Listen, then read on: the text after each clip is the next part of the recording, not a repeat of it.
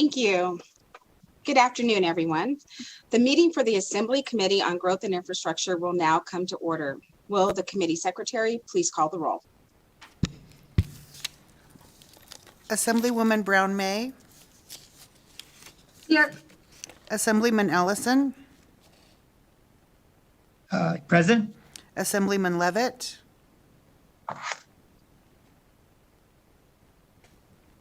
Assemblyman Miller. Here. Assemblywoman Peters. Here. Assemblyman Roberts. Here. Assemblywoman Summers Armstrong. Assemblyman Watts. Here. Assemblyman Wheeler. Here. Assemblyman Yeager. Here. Assemblyman Levitt. Assemblywoman Summers Here. Armstrong. Here. Chairman Ro Moreno. And I am here. We have all members present. I'd like to welcome everyone to today's meeting of the Assembly of Growth and Infrastructure.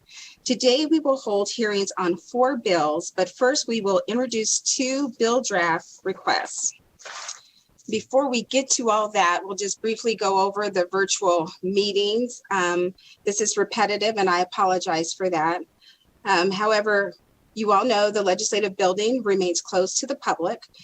And so all committee meetings will be held virtually. Committee members, staff, and everyone else will be participating either through Zoom or by telephone. For committee members, if you could please remember to silence your phones during the meeting and mute your microphones when you are not speaking.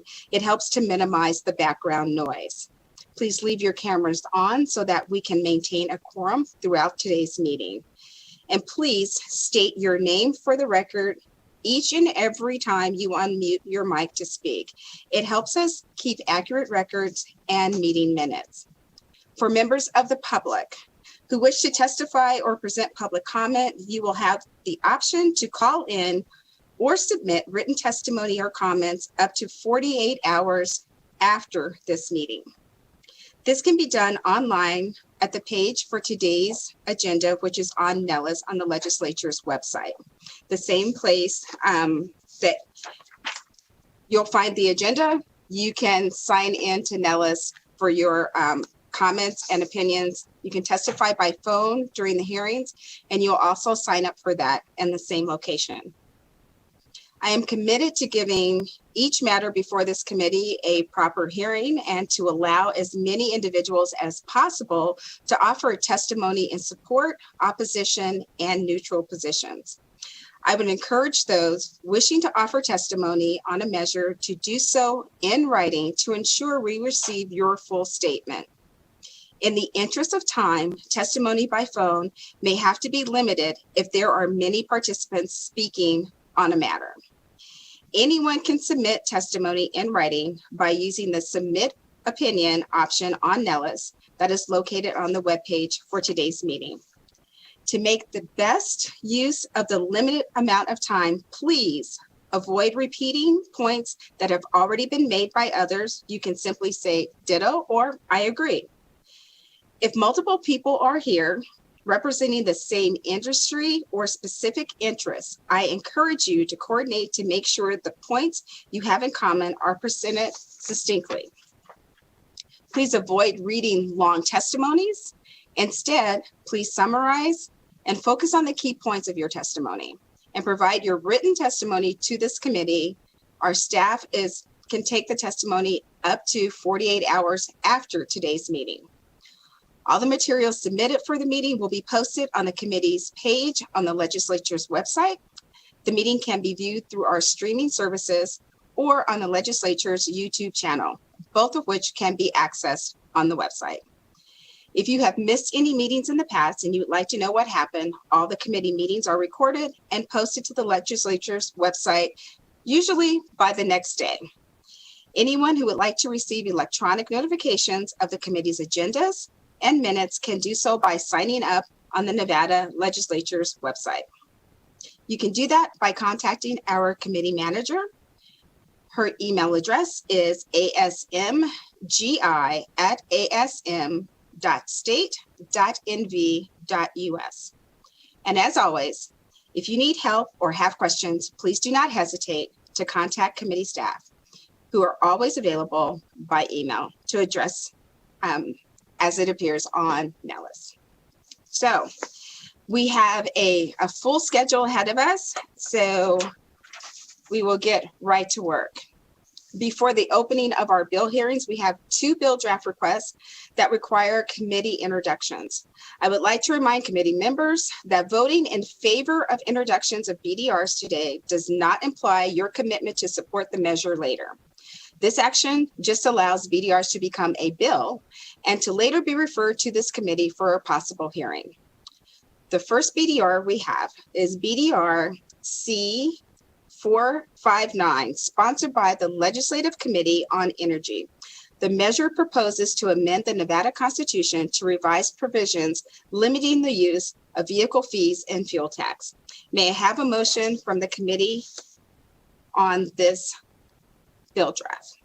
Madam Chair, this is Assemblyman Watts. I move to introduce BDR C-459. And a second? Second. I have a motion from Assemblyman Watts, a second from Assemblyman Yeager. Any discussion on the motion? Okay, Madam Secretary, can I get a roll call vote, please? Assemblywoman Brown May, Yes. Assemblyman Ellison,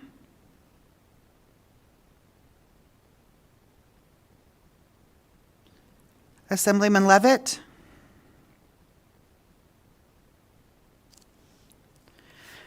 Assemblyman Miller, Yes. Assemblywoman Peters, Yes. Assemblyman Roberts, Yes. Assemblywoman Summers Armstrong, Yes. Assemblyman Watts, Yes. Assemblyman Wheeler, Yes. Assemblyman Yeager, Yes. Assemblyman Ellison, Assemblyman Levitt, Chairman Moreno. And I am a yes. I see that Assemblyman Levitt and Assemblyman Ellison were having trouble unmuting their mics. They are both in the meeting, but we're having difficulty unmuting. Yes, and Madam Chair, I am a yes. Thank you, Assemblyman Ellison. Assemblyman Levitt? I'm also a yes. Madam Secretary, did you get both of their votes? Yes, ma'am. Thank you. And that motion passes. That moves us on to the second BDR for our agenda today, which will be 43-476, which proposes to abolish the Commission on Special License Plates. This measure was requested by the Commission on Special License Plates based on its work during the interim. I will entertain a motion for committee introduction. Madam Chair, this is Assemblyman Watts. I move to introduce BDR 43-476. And I believe you were tying with Assemblyman Wheeler. So Assemblyman Wheeler, would you like to second that motion? I'll take the second on that, Madam Chair. Thank you. It's been motioned by Assemblyman Watts and seconded by Assemblyman Wheeler. Any discussion on the motion? Seeing none, Madam Secretary, may I have a roll call vote on this item? Assemblywoman Brown May, Yes. Assemblyman Ellison, Yes, Assemblyman Levitt, Yes. Assemblyman Miller, Yes. Assemblywoman Peters, Yes. Assemblyman Roberts, Yes. Assemblywoman Summers Armstrong, Yes.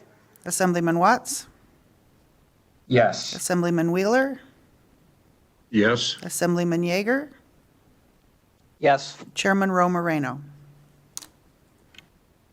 And I am a yes. Thank you. That motion passes. So We'll now move on to our bill hearings. I'd like to thank those who have submitted testimony in advance of today's hearings. Members, please note, we have a number of statements uploaded as exhibits in Nellis for today's meeting.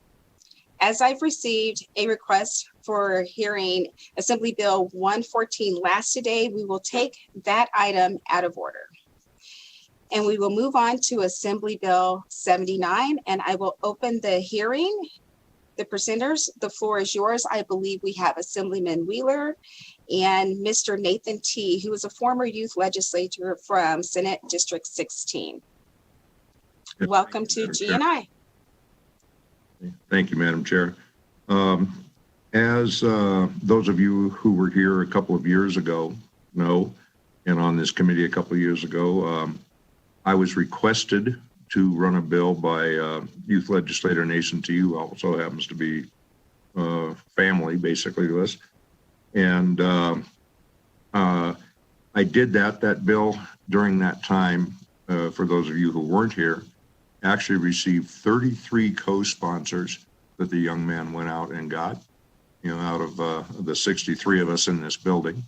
It was presented by myself and by Senator Orenshall, and as he put it, the most conservative guy in the legislature and the most liberal guy in the legislature agree on this bill.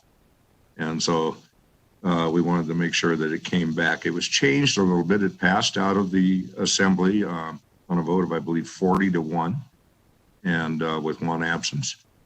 And but the absent guy, as Assemblyman Yeager will tell you, did say that he would have voted for it had he been here. So, so since this is a by request bill, and since Youth Legislator T did such a great job in presenting it last time, I'd like to have him present it again. The bill did pass the Senate last time as well, but it was changed a little bit. And so now we've seen some results, and we'd like to bring this back and put it back into its original form. So if I can turn this over, Madam Chair, to former Youth Legislator T, I would appreciate it. You can. Welcome, Mr. T. Thank you, Madam Chair, and thank you, Assemblyman Wheeler. Thank you, Madam Chair and members of the committee, for having me here today. I'm here to present Assembly Bill 79 and appeal to you that the 50-hour minimum must be re-added as required, as well as an optional increase of 70 hours if someone chooses not to take the defensive driving program. The 70-hour increase will create an incentive for both students and parents to take a simple three-hour to half-day defensive driving programs. At a bare minimum, this will create better drivers and help them pass their DMV driving tests. And as the saying goes, practice makes perfect. So the additional hours will help them pass their practical hands-on drive test easier. This is an honor, or this bill is to honor the youth who have passed on Nevada's roadways from not having the right tools necessary to help save themselves and be safe. This bill will save DMV the additional manpower hours, as it will help students pass their final drive test with higher scores and more efficiently, as they won't be coming back for a second or third time as most students do now. This was a suggestion from many DMV employees and leadership, and the Zero Teen Fatalities Task Force members and the various young drivers programs. I'm currently on the Zero Teen Fatalities Driving Safety Task Force, which represents organizations such as the Department of Motor Vehicles, the Office of Traffic Safety, NDOT, the National Highway Traffic Safety Administration, Job Corps, City of Reno, TMCC, AAA, Mothers Against Drunk Driving, Renown, Washoe County School District, Clark County School District, Driver's Edge, UNLV, UNR, local hospitals in Vegas and Reno, DreamSafe.org, Kimley Horn, and various law enforcement agencies.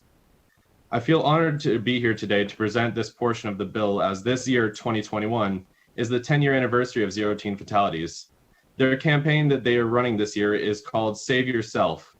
And I think this is very fitting for this bill, as we are encouraging and enabling young drivers to save themselves from preventable car crashes. As Assemblyman Wheeler said last year, or during the last session, we were able to get 33 sponsors from both sides of the aisle and building. Senator Orenshall and Assemblyman Wheeler were my primary sponsors, and the increase from 50 to 70 hours was actually a passion of Senator Orenshall's during last session. This was also a priority of Zero Teen Fatalities and the Office of Traffic Safety, as well as the drive programs and law enforcement across the state, which I believe they have their lobbyists here today to testify. Nationwide experts have found that the 50-hour minimum is not enough to be an effective amount of time, and most parents do not keep a true record of their students' driving time before taking them to complete their practical drive test. Which is why the practical hands-on life-saving techniques are so important. The parents are there to sit, and they wind up sitting through these trainings, and that is why it's so important, because it will not only teach their students, but they will also learn something from the programs as well, which could help them on the roadways. We were already concerned that the 50 hours was not enough in 2017 when the death toll was at 311, according to the FARS report provided by OTS. There were 329 fatalities in 2018, and in 2019 that number was at 304, and then last year that went up to 314. And the ages of those fatalities range anywhere from 16 to 70, whereas the majority was the age range of 16 to 35. And that was during COVID. We must add the required 50 hours driving with a parent back that were originally there, because by no means should it be in lieu of the 50 hours with a parent. There is no way you can recreate those scenarios that teens would typically experience behind the wheel in 50 hours. It's really a matter of teaching kids to stay calm under pressure and getting a vehicle under control when it seems to be out of control.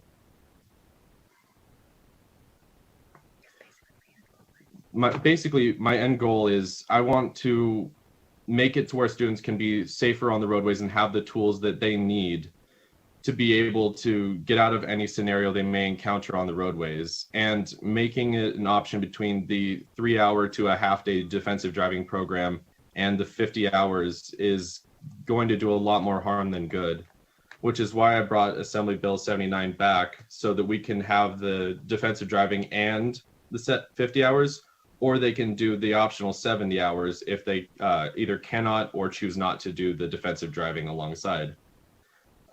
Reading from the Legislative Council's Digest, existing law authorizes the Department of Motor Vehicles to issue a driver's license to a person who is 16 or 17 years of age if the person has met certain requirements, including completing at least 50 hours of supervised driving experience in driving a motor vehicle or completing a hands-on course in defensive driving.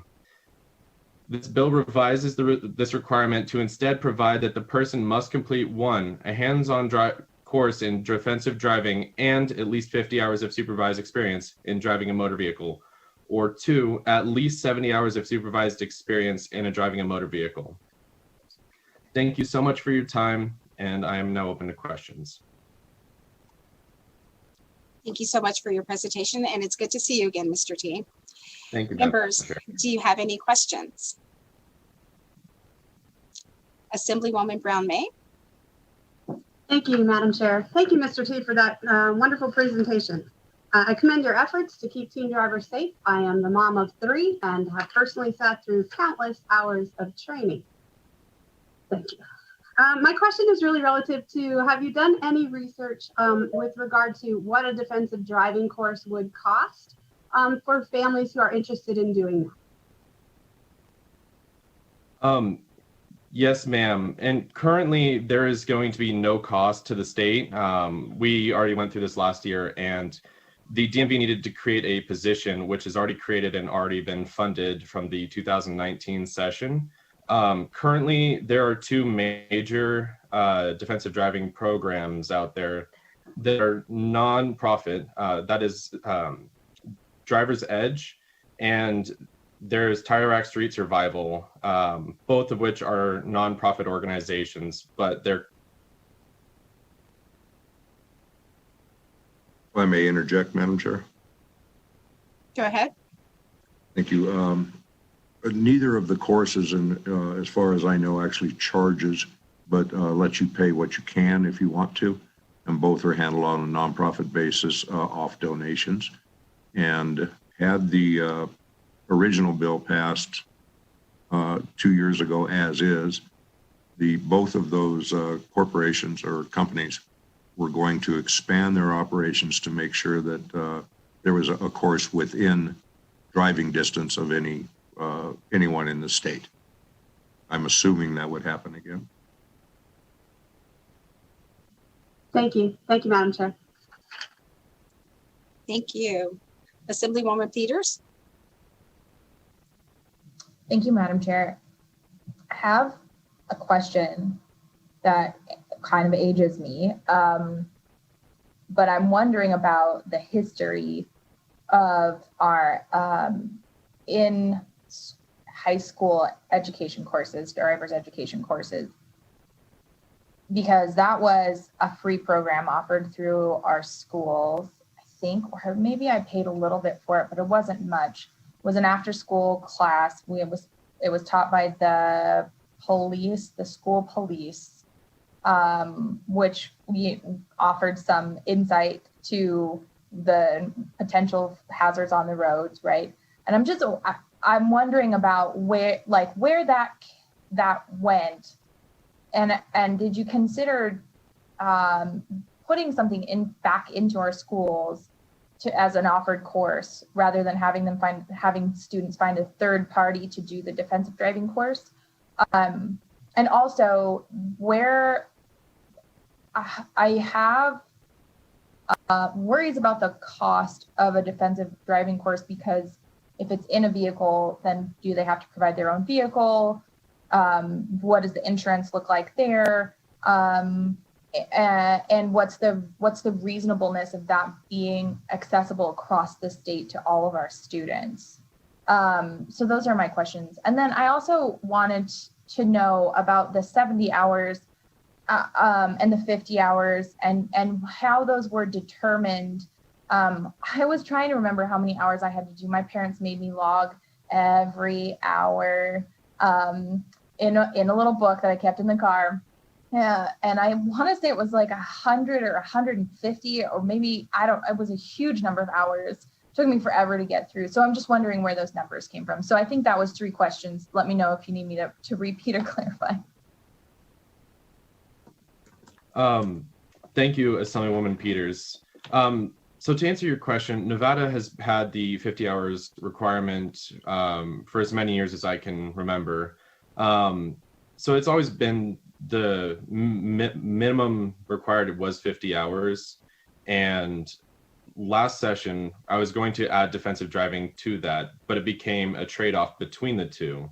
So I'm adding these 70 hours as like an incentive.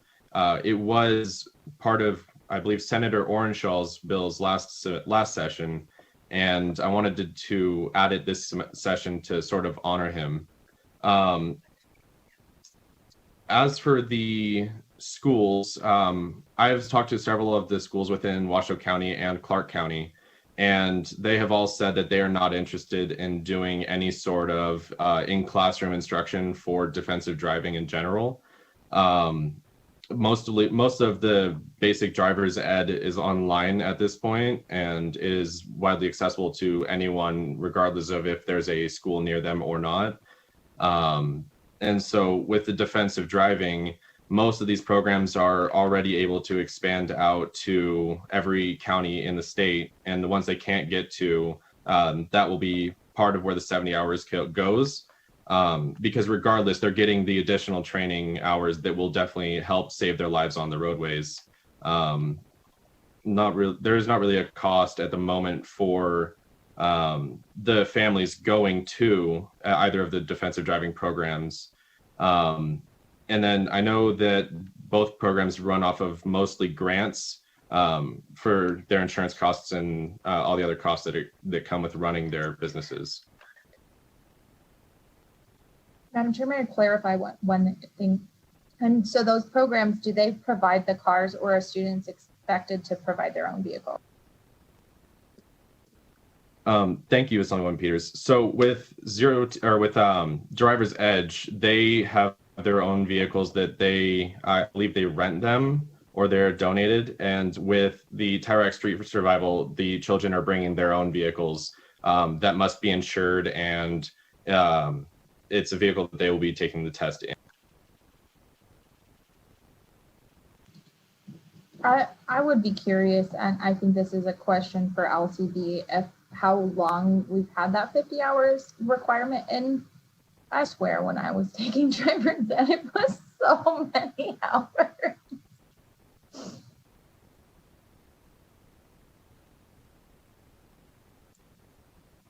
Assemblyman. As you get older, the 50 hours actually becomes 100. Assemblyman Ellison. Thank you, Madam Chair. And my colleague asked a few of the questions that I had. I know that not every place in the rules allowed, offered this program. You said you've talked to the DMV would expand these programs throughout the state. Was that correct? Thank you for your question, Assemblyman. No, it was not the DMV that said that they were able to expand. It was the two defensive driving programs that are already, they've already ran the numbers and they're already willing to expand to the entire state or as much as they can get to. Okay. Yeah, I had a gentleman call me the other day from Wendover, Nevada, of all places, and his wife just started to learn to drive, and they were having problems trying to get into a defensive driving because she was going to beat up her husband. So what I recommended she do is try to see if she could get somebody that was in some kind of driving school that would help. And like I've got grandchildren that are just starting to drive or have been driving. And so I think it's important, mostly in the snow, in the mountain areas, snow areas where people don't really know how to drive in snow. And that was a problem with the people in Wendover. They're turning the wheels into the slide or away from the slide versus into the slide. So that kind of stuff is important to teach these people. So I'm hoping that it does go around the state, and I'm hoping that they allowed classes for people that's not just in school. If I may interject again, Madam Chair. Go ahead. Thank you. As far as I know right now, Assemblyman, the classes are actually open to anyone. I was actually invited to take one of the classes, and I'm kind of a long ways from a teenager. So you know. You'd flunk anyway. Yeah, I would, yes.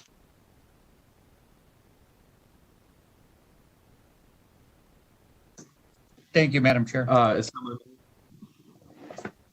Thank you.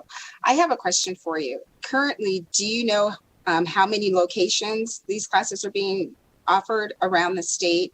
And are these two nonprofits that you speak of, are they Nevada-based nonprofits? And the third on that list of questions is, what is the current wait list for a teenager to get the training, or anyone to get the training? Thank you, Assemblywoman. I appreciate it, Madam Chair. So both programs are Nevada-based. Tire Street Survival goes across the country, but their home base is here in Nevada, and same thing with Driver's Edge. Driver's Edge currently is down in Vegas, but they do come back and forth between Washoe and Vegas every year. But they have said that they are able to go full year-round throughout the entire state to every county they can possibly reach when it comes time for that. And the same thing goes for Tire Street Survival. And by chance, do you know what their waiting list is? Due to COVID, I am not entirely certain, but they should be able to handle the amount of students that will be going in if this bill is passed.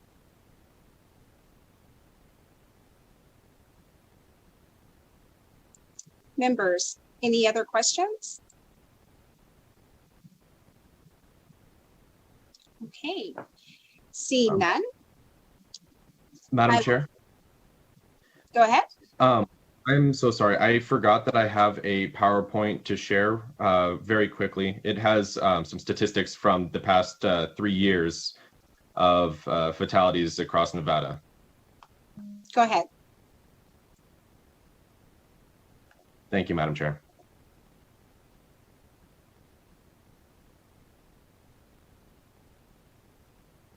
1 second here.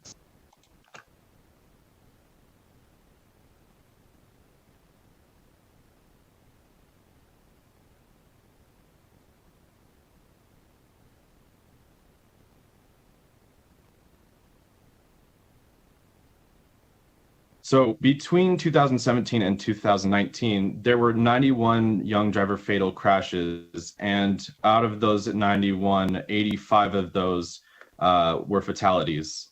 As you can see, that the number of young drivers in fatal crashes between 2017 and 2019 has been going up. And the same thing with the fatal crashes. It has been a steady trend line going in an increased manner. So according to the crash data, a lot of them were impaired or intersection or lane departure crashes for this specific category here. And this matters because they don't really have the hands-on driving training yet to be able to avoid any sort of situations that may arise on the roadways. As you can see on this slide, there were 51 moving vehicle crashes, and then there were 12 pedestrians and several rollovers I can't see because the little window's blocking it. As you can see, a majority of them were down in Vegas, but there was also a fairly large amount in Washoe County and the outlying areas.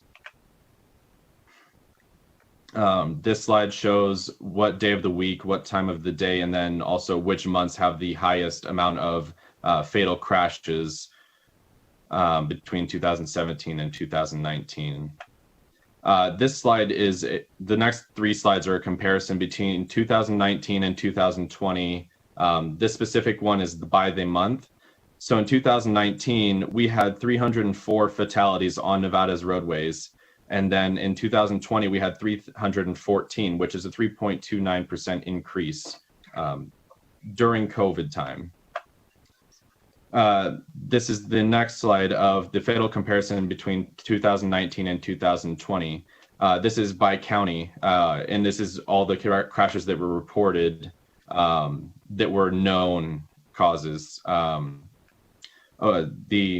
OTS does not provide information on these reports for the crashes that could not be given a definitive cause or age range or anything of that nature. And then these are by person type. So in 2019, there were 70 pedestrian fatalities, and in 2020, there was 83. In 2019, there was 52 motorcyclists and 55 in 2020. There were 7 bicyclist fatalities in 2019 and 10 in 2020. And then scooter, moped, ATV was 3, and then that went actually down to 2 in 2020. All of this was during COVID time, and I just found these numbers rather interesting, considering that most of the people were at home on lockdown or limiting how much time they were outside. And all of these issues are covered in the defensive driving courses, and we'll definitely see these numbers going significantly down, helping out towards Plan Zero. Thank you very much. Thank you, Mr. T, for that PowerPoint.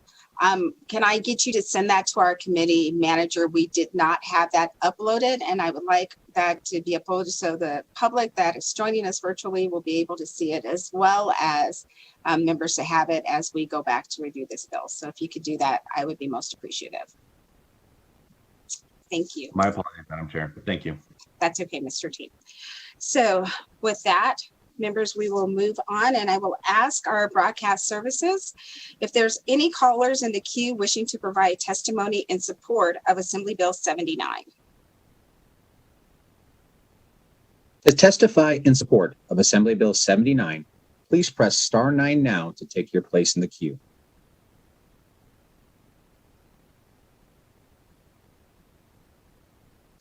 Chair, we have no callers in support of Assembly Bill 79 at this time.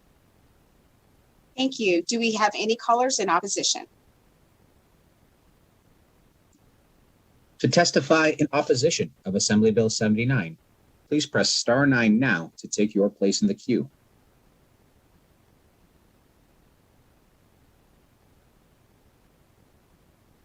Chair, we have no callers in opposition of Assembly Bill 79. Thank you. And finally, do we have anyone in the queue to testify in the neutral? To testify in the neutral position on Assembly Bill 79, please press star 9 now to take your place in the queue.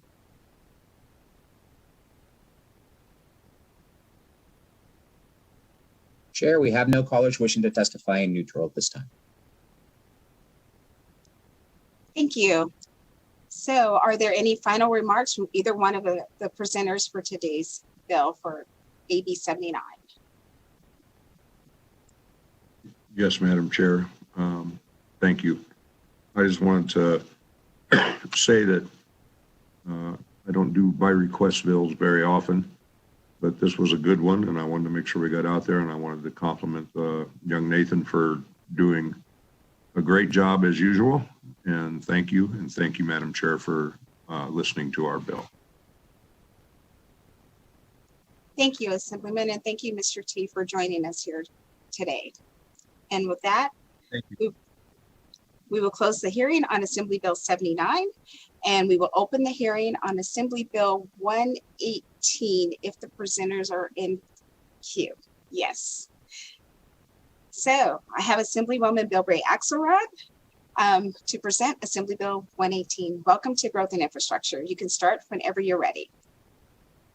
Thank you very much. And I'm just trying to look, just left my other committee. So are my other presenters on as well? I am hoping that they are. They are. Okay, they wonderful. Thank you. You're welcome. You very much. Okay, well, hello. Thank you, Madam Chair, Vice Chair. For the record, I am Assemblywoman Shannon Bilbray Axelrod, representing Assembly District 34 within Clark County. And I'm here to present Assembly Bill 118 for your consideration. I actually served on this committee on my two previous sessions, so it's nice to be back with you all. A little background on this bill. Senator Joyce Woodhouse brought this bill in the 79th session, which was 2017. It was SB 156, if you want to take a look at that. It passed out of the Senate and came to this committee under its former title, Transportation. And although it made it out of committee, it never made it to the floor for a vote, unfortunately. So let me tell you why I brought it back. Motor vehicle collisions are the leading cause of death and injury among children. In 2018, 636 children under the age of 12 died in a motor vehicle collision, and over 97,000 were injured. Use of child restraints in vehicles that are approximate to the child's height and weight will reduce this injury by up to 82% when compared with the use of a seatbelt alone. In an effort to prevent unnecessary injury and death among children in Nevada, AB 118 enhances safety requirements for child restraint systems in motor vehicles. What it does. Specifically, 118 requires a child in a motor vehicle to be secured in a child restraint system if he or she is less than 8 years of age and less than 57 inches tall. Additionally, the bill requires a child who is less than 13 years of age to wear a safety belt and sit in the back seat of a motor vehicle unless the airbags on the passenger side are deactivated, or if there is special health need that requires the child to ride in the front seat, or if all back seats are occupied, or if the vehicle does not have a back seat. Additionally, I do intend to offer an amendment that includes a provision requiring babies under the age of 2 to remain rear-facing in the car seat while traveling in vehicles. I would like to turn over the rest of my time, with your permission, Madam Chair, over to my co-presenters who will have additional details on the bill.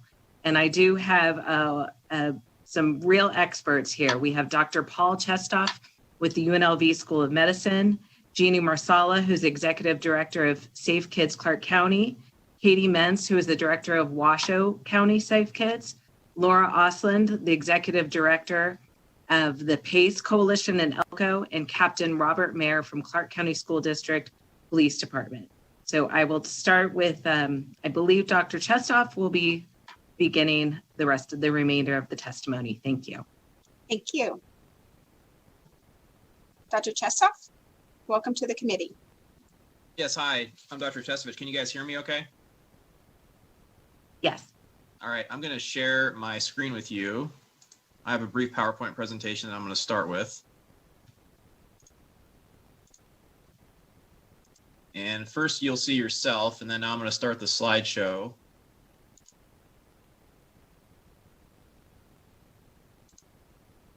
Here we go. Can everybody see the slides? Okay. Yes, we can. Thank you. Great. Thank you for confirmation. Thank you very much for the privilege of the virtual floor to the Nevada State Assembly for the opportunity to present to you.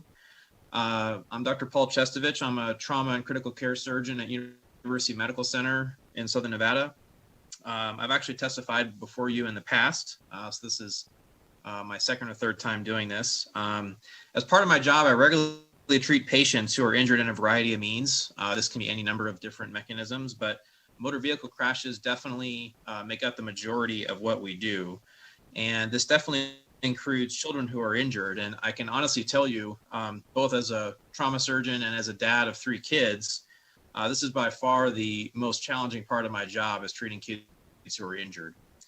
I also work alongside Dr. Deborah Cools, who's the main principal investigator for the Office of Traffic Safety, and also Laura Greider. She's joining us as well on this call.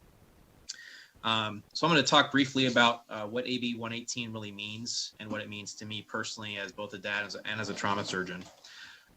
Disclosure, we are funded through the Nevada Office of Traffic Safety. This is through a grant from the Nevada Department of Public Safety.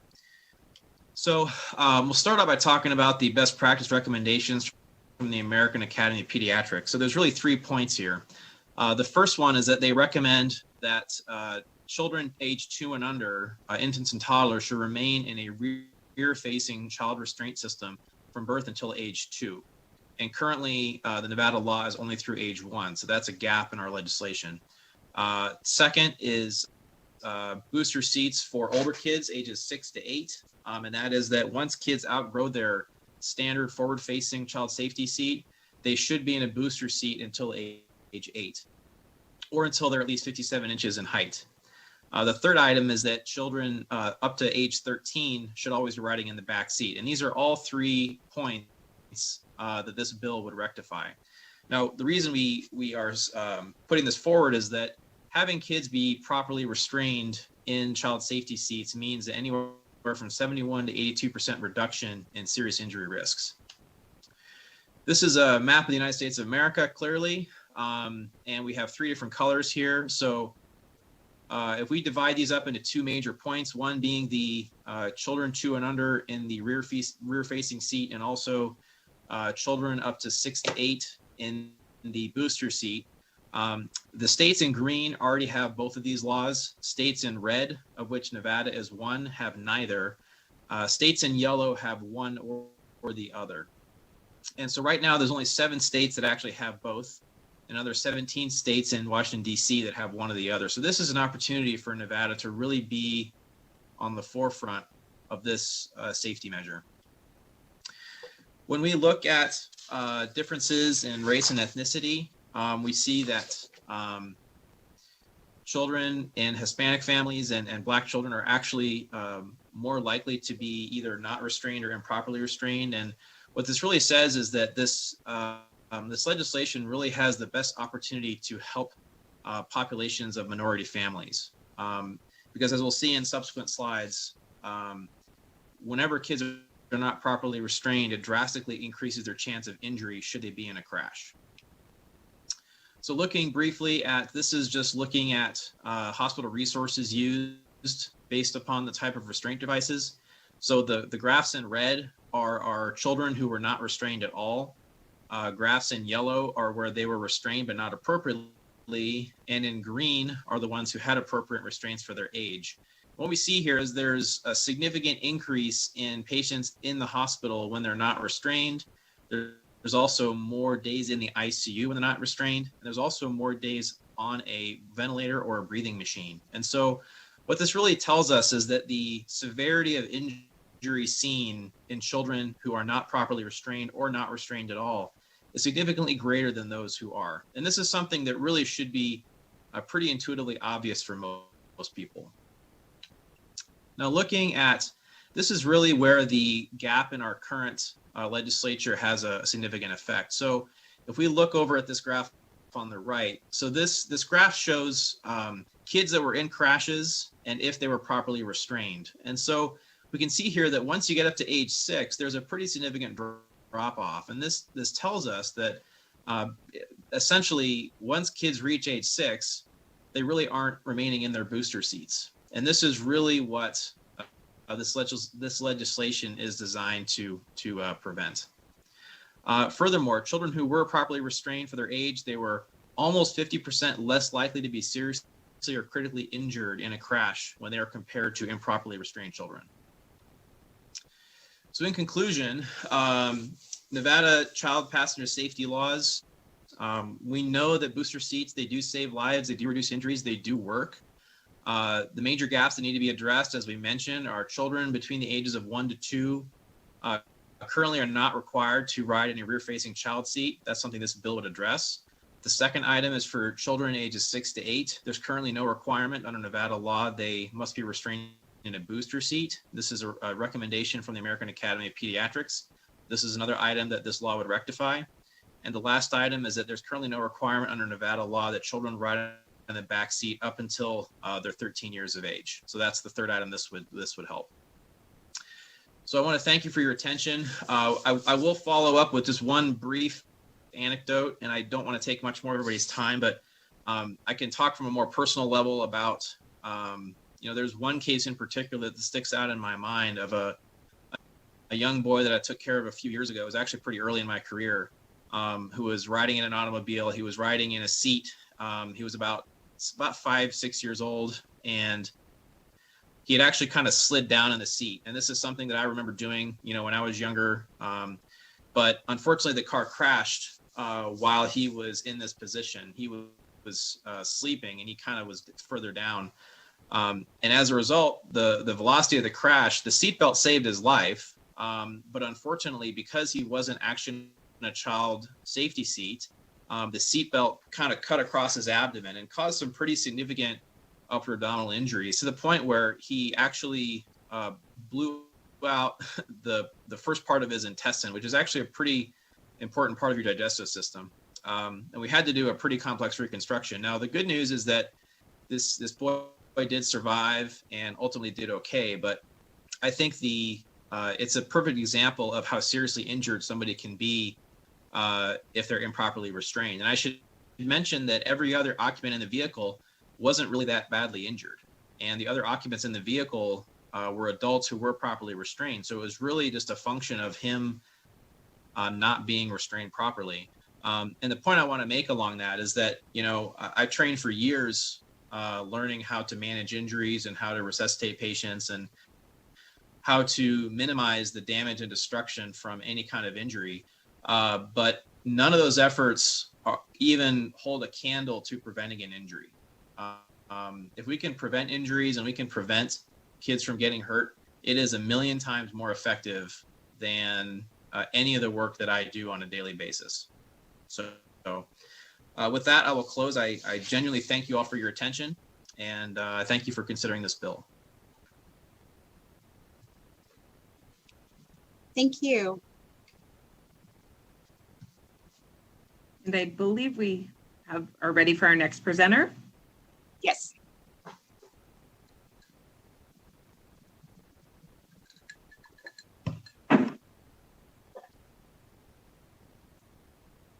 Hi, can you all hear me and see me? Yes, we can. Okay, thank you, Madam Chair. For the record, I am Jeannie Marsala. I'm the Executive Director of Clark County Safe Kids and the Trauma Prevention Coordinator for Sunrise Hospital and Medical Center Trauma Services. I've been Executive Director of Safe Kids for the last 25 years. Thank you for the opportunity. I did prepare a statement so I would make sure I saved time. So thank you for giving me the opportunity to speak to you today about the importance of upgrading our law to meet the national standards. Safe Kids Clark County is a nonprofit organization dedicated to the prevention of accidental deaths and injuries to children. We're part of the Safe Kids Worldwide campaign, which is the first and only international organization with this cause. Safe Kids Worldwide is the certifying body for over 600,000 nationally certified child passenger safety technicians in the nation. Safe Kids works with NHTSA, American Academy of Pediatrics, and the National Child Passenger Safety Board to set the safety standards for children during transportation. Safe Kids Clark County has been housed at Sunrise Hospital since 1993. We are in the Trauma Services Department. My background includes being the first child passenger safety instructor for the state of Nevada and the 49th child passenger safety instructor in the nation. I've been doing child passenger safety for over 25 years, and I've also been a registered nurse for the last 30. The reason why I'm here today is to educate you on the importance of upgrading our law to meet the national recommendations. According to the Insurance Institute for Highway Safety, 39 states and the District of Columbia now require children under age 8 years of age or 4'9" tall to ride in a car seat or belt positioning boosters. Our neighbors in California, Arizona, Utah, and Oregon have all updated their child passenger safety laws to meet this standard. The American Academy of Pediatrics, as the doctor said, recommends that children under 8 years of age and 57 inches tall remain in a forward-facing seat or a belt positioning booster. When a child's between the ages of 6 and 8 years of age, all national recommendations indicate that that child needs to be placed in the booster. The reason for this is that seatbelts are designed to protect the adult passenger. Picture yourself in the driver's position. You're driving along. When you hit the brakes, you notice that the seatbelt locks. That's because the seatbelt fits you correctly. What the booster seat does is it boosts the child up so that the seatbelt can fit them properly. This includes making them taller so the shoulder belt does cross so that shoulder belt doesn't cross their neck or face, but indeed actually crosses where it should over the bones, their clavicle and the strongest bone of our body, the sternum. It also allows a place at the end of the seat for the knees to bend. And that's also very important because if the child is tall enough in stature, but yet the knees don't bend at the end of the vehicle seat, what you see a child do is exactly what I'm going to do on Zoom, is they make it comfortable and they slouch. So when they do that, the seatbelt then, if their trunk is tall enough, will move from their collarbone and now be up against their neck, which is unsafe. In addition, when the seatbelt doesn't fit the child properly, or the child is in a seatbelt prematurely, it's very uncomfortable for the child. So 9 times out of 10, what they do is put it under their arm or behind their back. So therefore, then they have no upper body protection at all. This can lead to death in a crash. Because if they're only protected from the lap portion, what can happen is they can be ejected out of the seatbelt, maybe even ejected out of the car. But even if they still stay within the car, they're at risk for severe brain injuries, spinal cord injuries, and abdominal injuries, as the doctor spoke about, from not having a properly fitted seatbelt. Another problem exists. I said that, I'm sorry. So if we increase the Nevada law to the national recommendation, we will be extending our protection of children up through age 8. So we will no longer have that loop. Parents believe when they're following the law that they're doing the right thing for their child. They feel that the law reflects what's best. So if a child is hurt or killed in the age group between 6 and 8, because the parent was following the Nevada law, they were actually injured or killed because of the loophole in our law. Is that something we want? No. Now I would like to address the backseat portion of the bill. A 2002 study in risk analysis 4 years after front seat airbags became a standard, found that front seat passenger airbags were associated with 31% increase in child fatality risk for restrained children and 84% increase for unrestrained children. At least half of fatal crashes involve frontal impact, meaning kids in the back seat are further away from that crash and the consequences of that crash. The three things in which the most serious injuries in a crash are the windshield, the dashboard, and the airbag. Airbags are designed to protect adults, not children. They're designed to deploy and hit us here in the chest, in the sternum, which is the strongest bone of our body. Please know airbags can deploy from 80 to 100 miles per hour. It's not a problem if it hits you in the sternum, but it's a severe problem if it hits a person of shorter stature, like a child, in the head or in the face. It can actually snap their neck. So it's very, very serious. Every single car manufacturer has a warning label on the visor of each and every car that states children 12 and under may be injured or killed by an airbag. Back seat is the safest place for children to sit. Even with newer cars that have advanced airbags, the label on the visor reads, even with advanced airbags, children 12 and under may be injured or killed by an airbag. Yet our own Nevada law does not indicate that. Therefore, based on the facts that I've educated you on today, you can see I am a strong supporter of AB 118. For evidence, I can attach a copy of the American Academy of Pediatrics policy, a study done by Boston Children's Hospital, and the Safe Kids Worldwide study on booster seats with my testimony, if you like. I thank you very much for providing me this opportunity today. Thank you for your attention. And are there any questions? If the chair pleases, we'll move to our next presenter and then take questions. Thank you, Assemblywoman. So next we have up is Katie Metz.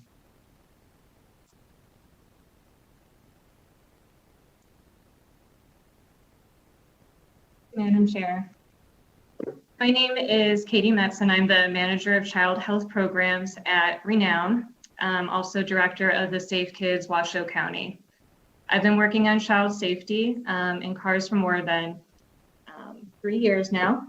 I have been a certified child passenger safety technician in this time.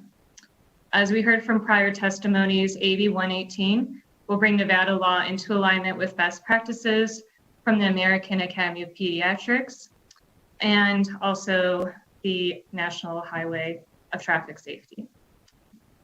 What I wanted to share with you is some of our local county trauma data reports, as well as our car seat fitting station at Renown Health, which is open Monday through Friday during business hours for families by appointment. So according to our 2017 Washoe County Trauma Data Report, among the 20 children that were injured in a motor vehicle accident while they were an occupant of the vehicle, more than 8 in 10, which was 82%, were not wearing any protective devices or restraint at the time of injury.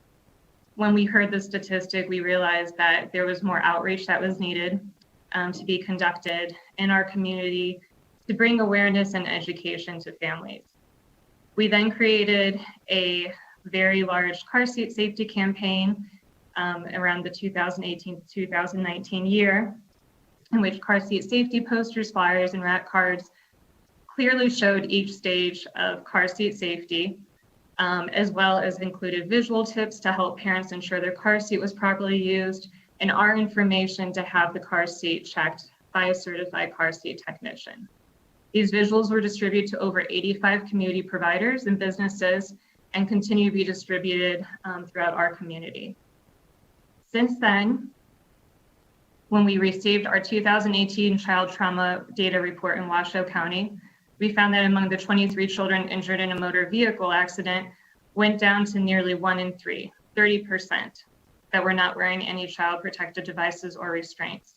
And I also want to note that these car seat posters and the visuals that we provided were all based on the national standards. We then also saw a huge increase in our car seat safety station. Sorry, 1 second. I just want to find the actual numbers for you.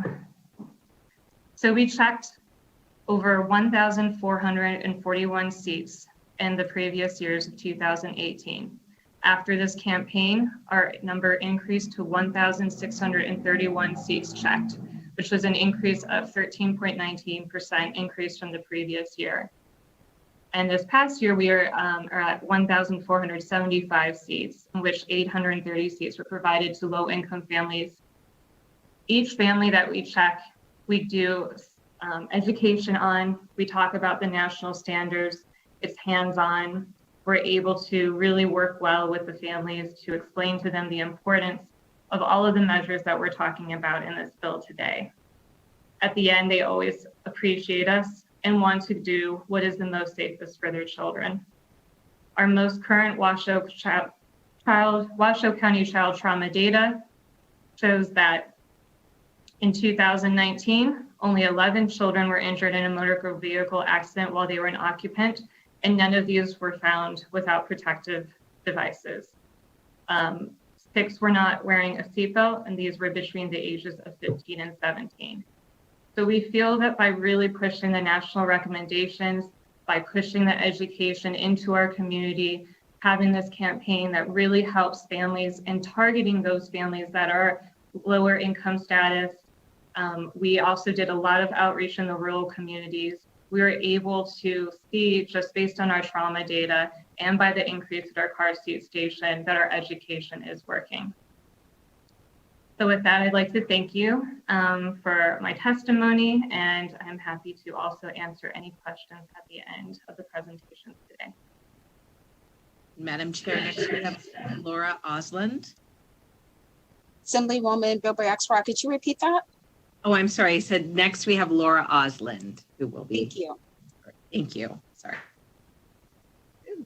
I didn't realize I'd be so big.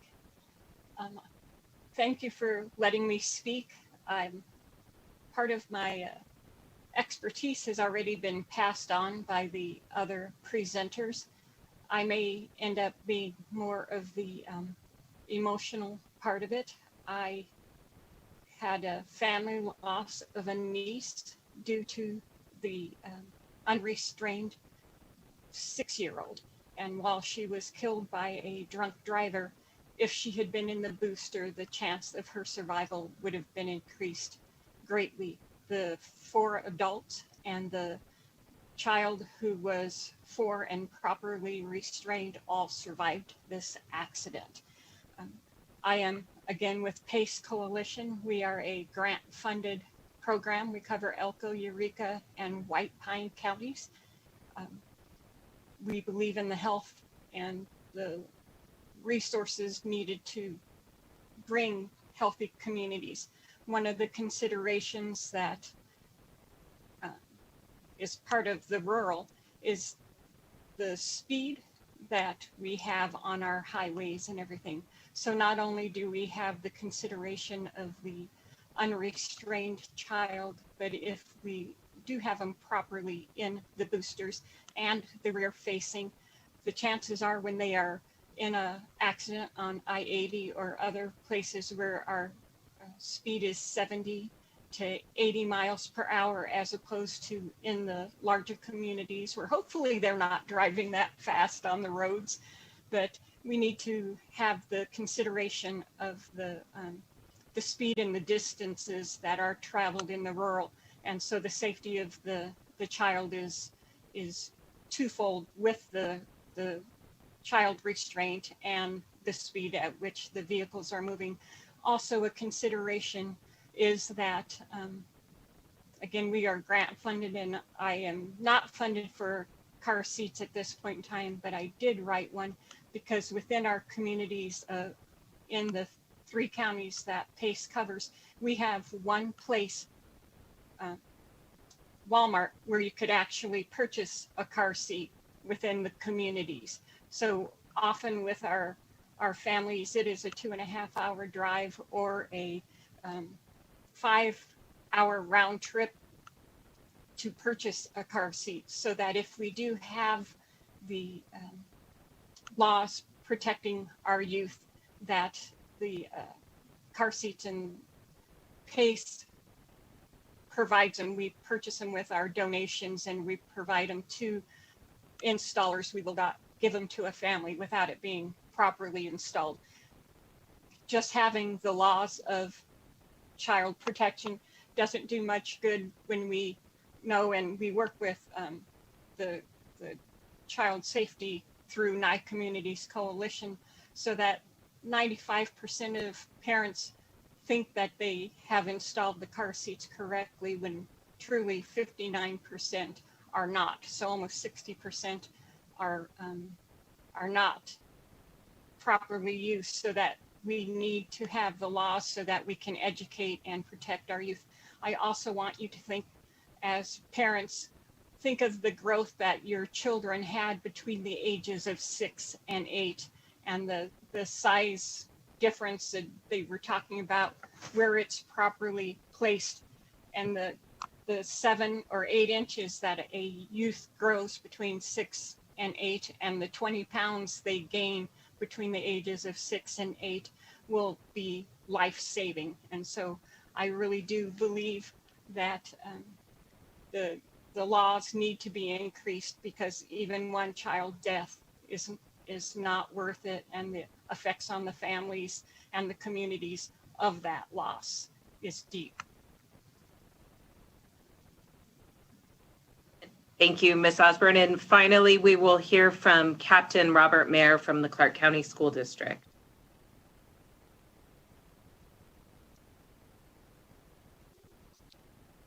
Hello, Madam Chairwoman, committee members. I appreciate you giving me the opportunity to speak on this bill. I've been a policeman for over 36 years. I spent 25 years in Evanston, Illinois, where I coordinated community police efforts there when I retired as a commander. Been with the Clark County School District Police now for 11 years, and I'm at the rank of commander at this time. Subsequently, I'm not going to be redundant and hit all the statistical data that was given by the speakers before me. I'm just here to indicate how important this bill is. Anybody that knows me knows how passionate I am about the securing children in the proper child restraints. Clark County School District Police Department since 2011 has been involved with car passenger safety and getting car seats to the community. We have the largest group of trained officers in Southern Nevada that are able to do car seat installation in our car seat techs. We have the highest amount of instructors as a police department to do instructions of other individuals to be car seat techs.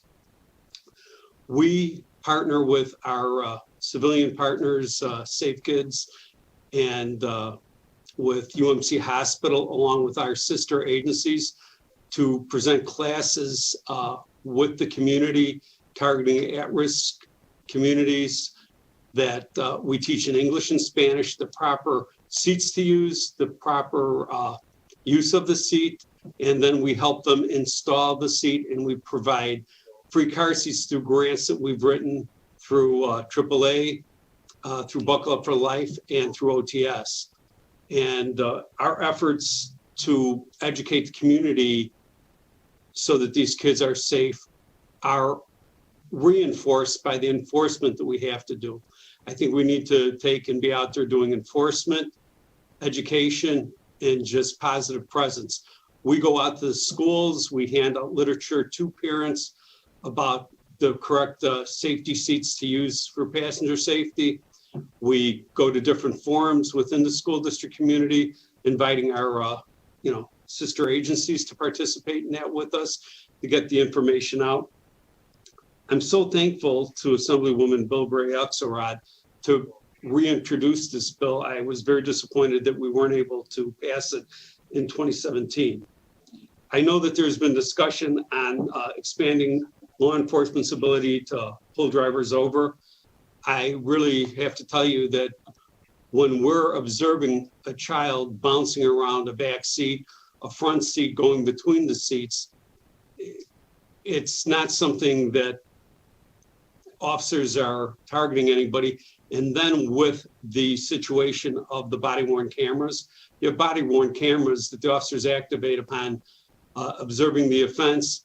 It goes back 30 seconds, so it's going to give the trier of fact and anyone that has any issues with this the ability to look at how the stop was conducted.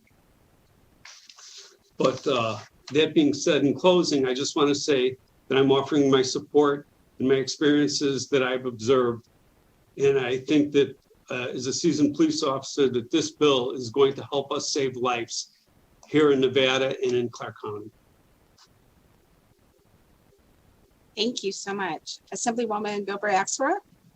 Thank you, Madam Chair. I will open it up to questions. Just want to cover everything, so had a lot of presenters. There were a number of presenters, and I know Assemblywoman Brown May has a question. Thank you, Madam Chair. Thank you, Assemblywoman Bilbray-Axelrod. First, I want to thank you for bringing Assembly Bill 118 for consideration today. I am also the aunt of a young woman who was significantly injured in a car accident due to a lack of proper restraint.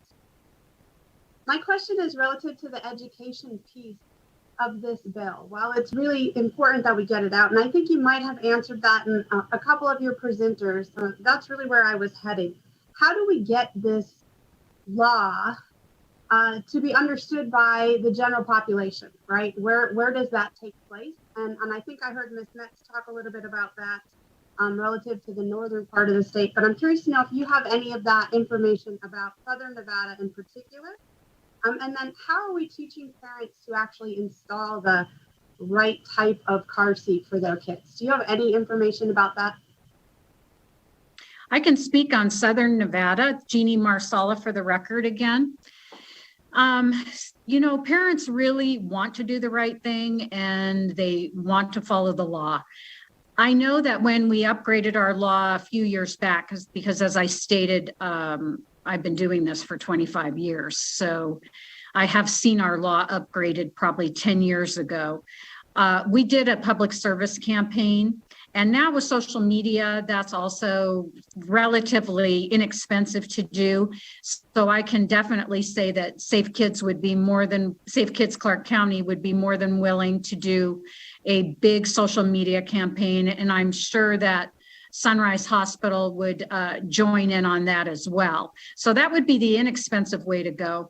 And I know with the previous upgrade in the law, Office of Traffic Safety was kind enough to actually purchase and make an ad and do PSAs as well on the television and radio. So we could definitely go to them and ask them, which would be a great way to be able to get it out there.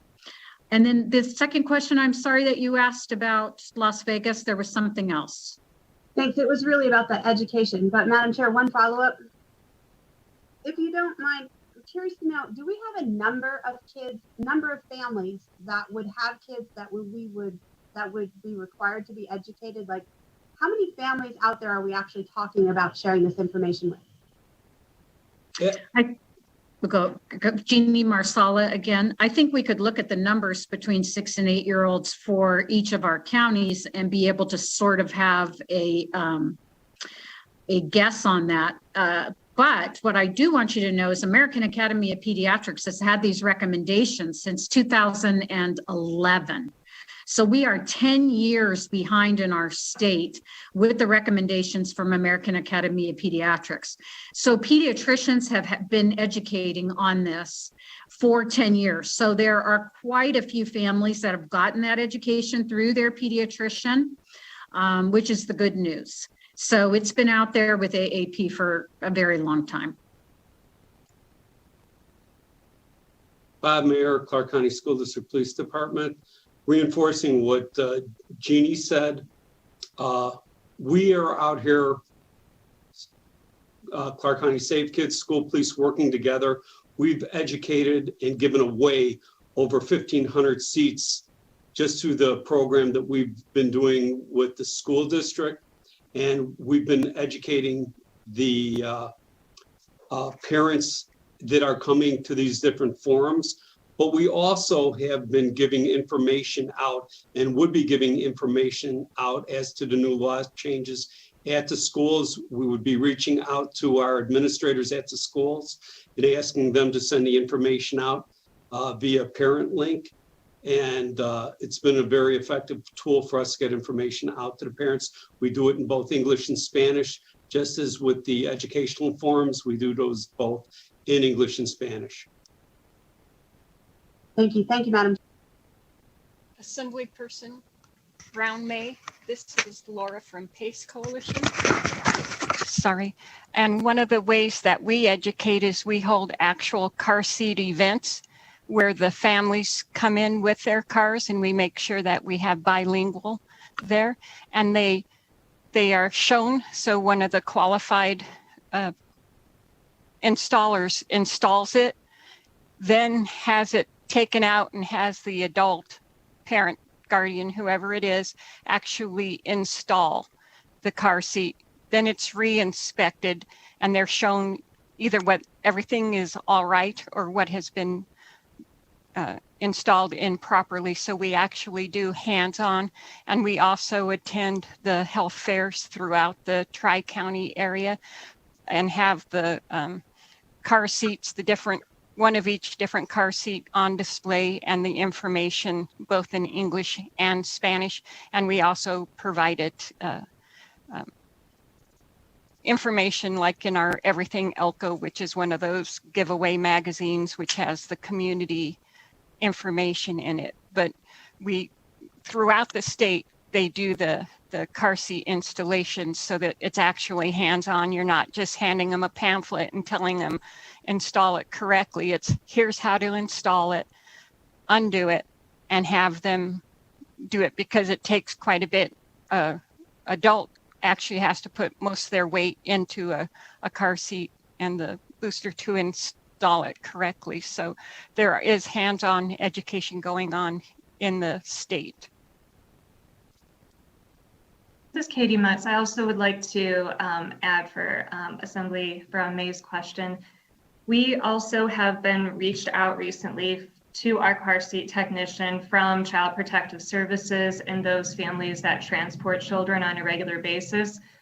They've come to us actually asking for us to have updated education information. So we are now conducting group sessions for providers that actually transport children, especially focusing on the CPS workers and foster care workers, so that they know how to properly transport children.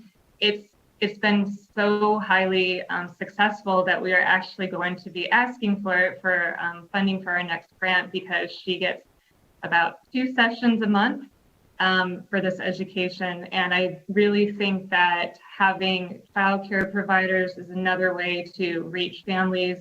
And these are hands-on sessions in which they get information. They utilize training dolls, training safety dolls, and installing them hands-on so that they know how to properly restrain.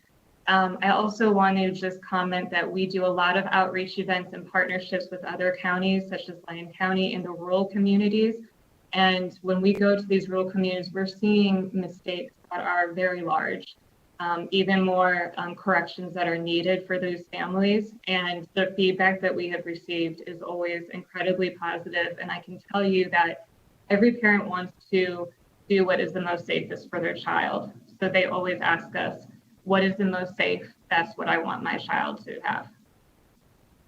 Thank you. Thank you. We have 2 more members with questions. We'll start with Assemblyman Ellenson, and we will be ending with Assemblywoman Summers Armstrong. Thank you, Madam Chairman. This is real short. We were down getting a phone repaired here recently, and they had probably 20 or 30 seats out there lined up, and they were free to the public. And after I got leaving there, they looked brand new, but I'm just wondering if they were used, if they could donate back, or are they still the safety standard? So some of the comments that was made, I got to thinking about that. So could you answer that? And I mean, does the older ones should be destroyed versus could be passed on to somebody else. Robert I Mayer from can Clark take County. that question, Assemblywoman Shannon Bilbray Axelrod. As a mom, I know that it's not encouraged to reuse child safety seats because we don't know if they have been compromised in a crash. That being said, I know people do it. I gave one of my, $300 Britex seats, booster seats, to a friend. It had never been in a crash, but I would think that a government agency or a non-for-profit would probably not give out a used seat just because of the liability issues that the seat could have been compromised in an accident. And Jeannie Marsala, for the record, one positive thing about booster seats is booster seats can be reused because the booster seat is actually just boosting the child up and the seatbelt is actually doing the job. So the nice thing about that is by us upgrading our law, we're not incurring a big cost to families by them having to go out and buy booster seats. You can actually buy booster seats at Walmart for as little as $13 at times. And booster seats are a seat that can be reused because, again, it's the seatbelt doing the job. So it's not incurring a big cost on that age group, but yet it's saving the child's life. And one last thing I just want you to know that is already in place in case this comes up is that in Clark County, Safe Kids teaches a court diversion class for child passenger safety offenders. So if they get a ticket for not having their child restrained, if they come and take our class, 9 times out of 10, the local judges waive their ticket. And we offer that class once a week. So it's out there and open. And of course, they get all the education in that class. And in the past, we have also had funding for seats through that. And Safe Kids, as Captain Mayer said, we work with the school district police and other agencies that get grants to provide seats to families. And again, what's nice about upgrading this law to boosters is they're very inexpensive. So it's not going to be a big cost to these families to be able to protect their children. Thank you. To follow up on, this is Robert Mayer from Clark County School District Police, for the record. I apologize. I'm going to interrupt you. This is Assembly. They have 2 more bills to hear, and I know that they're going to be getting anxious. So we can follow up on offline if other people. I know there's another question, but. Thank you, Assemblywoman Bilbray Axelrod. Assemblywoman Summers Armstrong. Good afternoon, Chair Monroe Moreno and Assemblywoman Bilbray Axelrod, and to all of the presenters. Thank you so much for bringing this important information forward. I live and represent a community that has a high instance of public transit riders. And one of the things that I have seen is someone will be at a bus stop and they are going someplace and a friend will pull up and offer them a ride and they don't have the proper restraint with them. Do we have any requirements for child restraints? I don't believe that we do in public transit. And how do you sort of connect the dots for people who are riding public transit and may not, at the moment, they don't have as restraint with them? And have you talked to folks about this? And does your education in the public discuss any of this? Thank you. Am I on mute? I'm not sure. Captain Mayer, do you want to take that one? Actually, there is no requirement on public transportation at this point in time. It's something that the legislators could look at. Our main thing is educating the community, and with these booster seats especially, it's a situation where they're light enough to where someone can actually carry the new ones that they have. If it was me, I would be inclined to carry a booster seat and put it with the child just because it's going to help them see out the window. This way they're not trying to stand up. It helps them keep seated while they're in the public transportation. And then if God, you know, blessed me with being able to get another person to give me a ride, it's, you know, really ahead of itself. And you look at the situations where you don't have public transportation, and on the situations where we're working with the tribal community, we're doing education out there in the car seat training out there with them. What we do as a department also, if we stop somebody, whether or not they would be in a situation where they picked somebody up like that, or if it was a parent, what we do with Clark County School District Police Department and our sister agencies call us many times, we come out and provide a free car seat to the family if it's a family that cannot afford a car seat.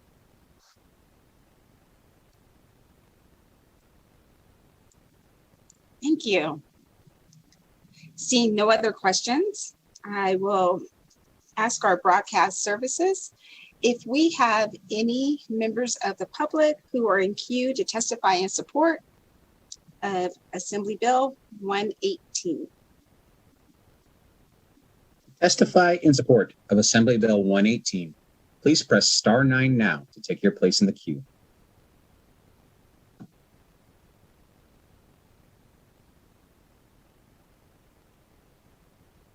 Chair, we have no callers in support of Assembly Bill 118. Thank you. Do we have any callers in opposition? To testify in opposition of Assembly Bill 118, please press star 9 now to take your place in the queue.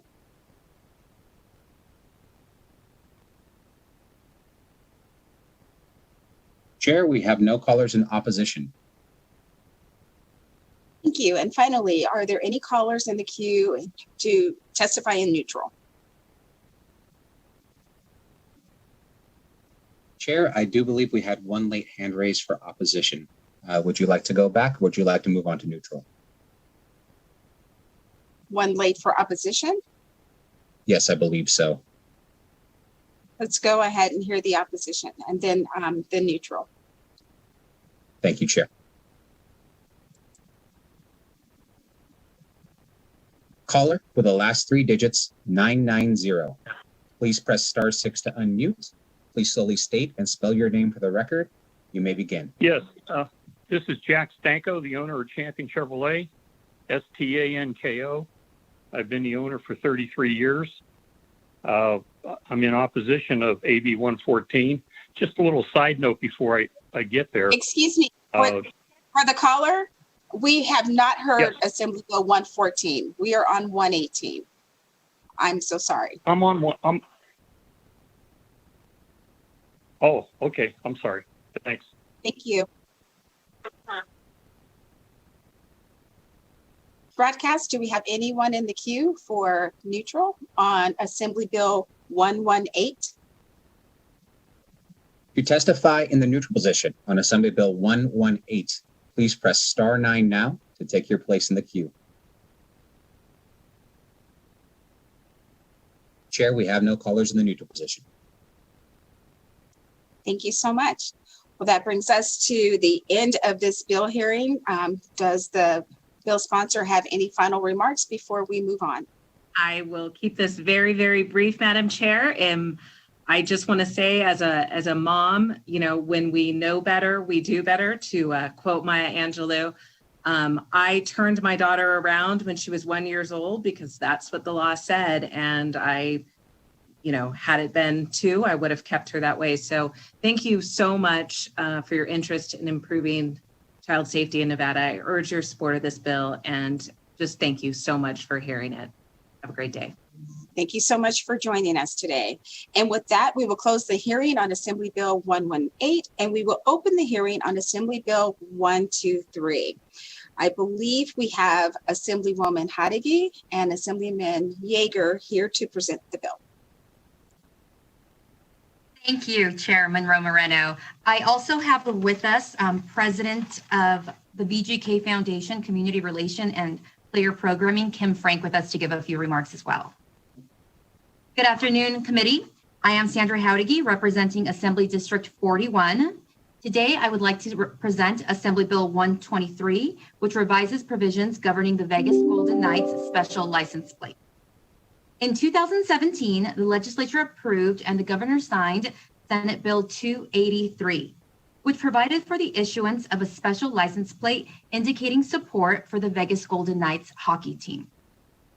The special license plate was requested by the Vegas Golden Knights to generate public support for the hockey team. This plate has been very popular with the driving public. As of last Friday, there are nearly 49,000 active special license plates, trailing only the Las Vegas commemorative plate, which has roughly 80,000 active license plates. The Vegas Golden Knights are very special to me and to so many Nevadans.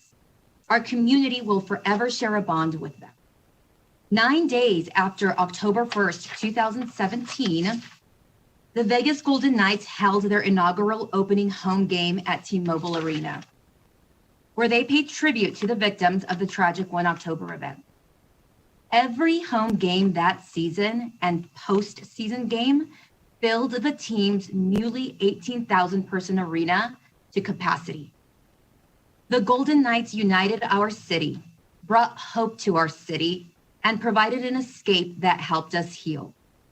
Since then, the Vegas Golden Knights and the foundation have been loyal supporters of our first responders, donating $1 million to the Las Vegas Metro Police Department.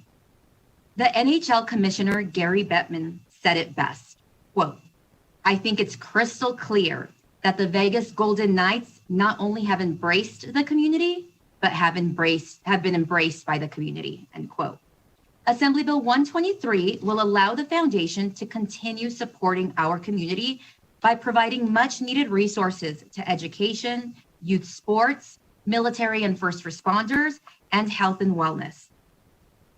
Currently, the fees for the Vegas Golden Knights special license plate is $35 for the initial issuance and $10 for the renewal.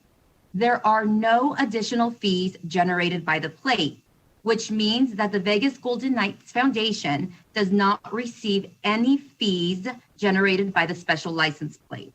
Again, Madam Chair, I want to emphasize the foundation currently receives $0 from the fees collected for the license plate. As a matter of fact, if you look on the DMV's website, all charitable license plates show how much is collected and what portion goes to their chosen charity. There is only one organization not collecting fees, and that's the Vegas Golden Knights Foundation. And under them, it states, quote, "This plate does not support a charitable cause," end quote, which is a little misleading. Assembly Bill 123 adds a fee of $10 for the initial issuance of the special license plate and $10 for the renewal of the license plate. Similar to the other charitable organizations that receive additional fees generated from a license plate, the money will be distributed to the foundation to assist the foundation with the support it provides to nonprofit charitable organizations. Madam Chair and committee members, today I am joined by Assembly Member Yeager and Kim Frank, President of the Vegas Golden Knights Foundation Community Relation and Player Programming. After their remarks, we are available to answer questions. Can I have Assembly Member Yeager go next? Thank you, Assemblywoman. Assemblyman Yeager? Thank you so much. First to Assemblywoman Howdegi for allowing me to co-sponsor this bill. And good afternoon to you, Chair Monroe Moreno, Vice Chair Watts, and members of the Assembly Growth and Infrastructure Committee. My name is Steve Yeager, and I represent Assembly District 9 in Southwest Las Vegas. It is my pleasure this afternoon to provide some additional background and testimony in support of Assembly Bill 123.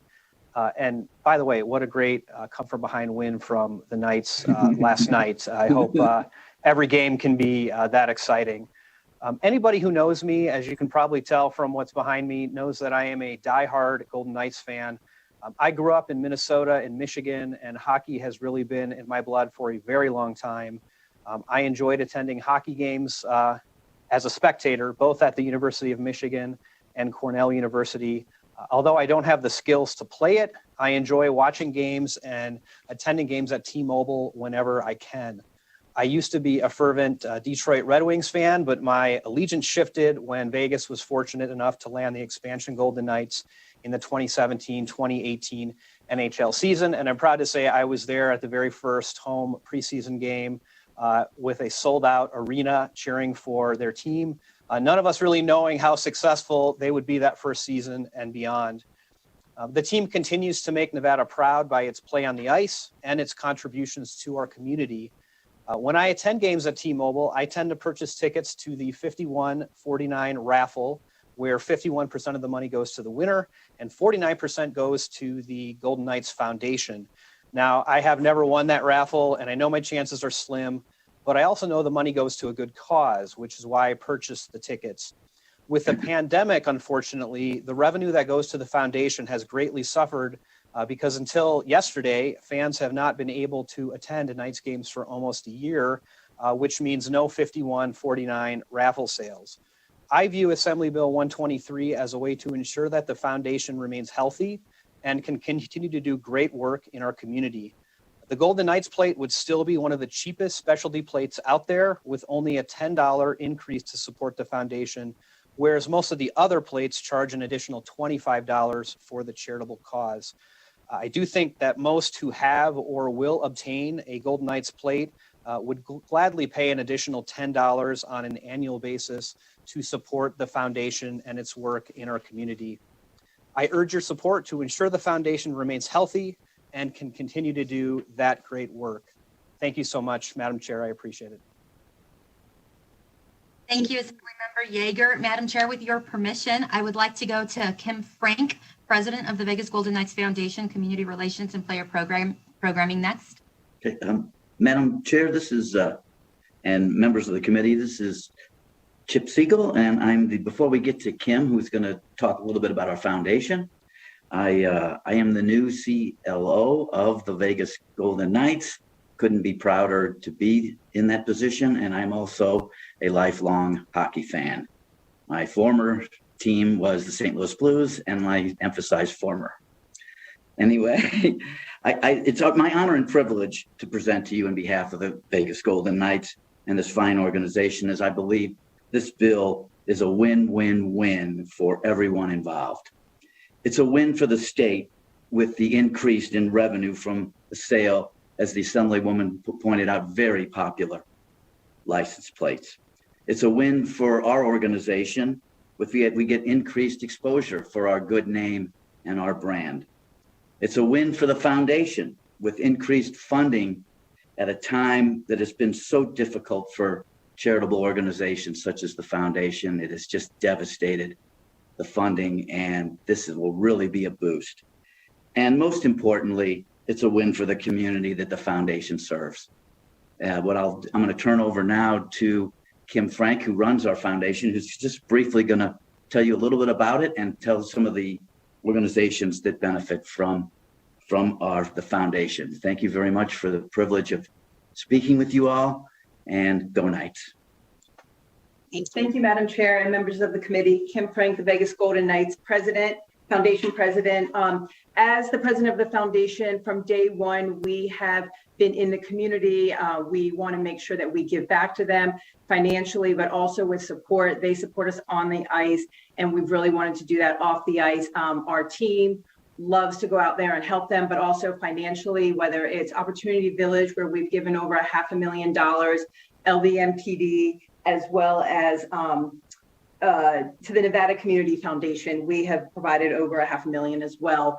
And between March 2020, when the pandemic hit, and today, we brought in $1.9 million. Part of that came in from Bill Foley, $750,000 of it to help us continue to give back in the community.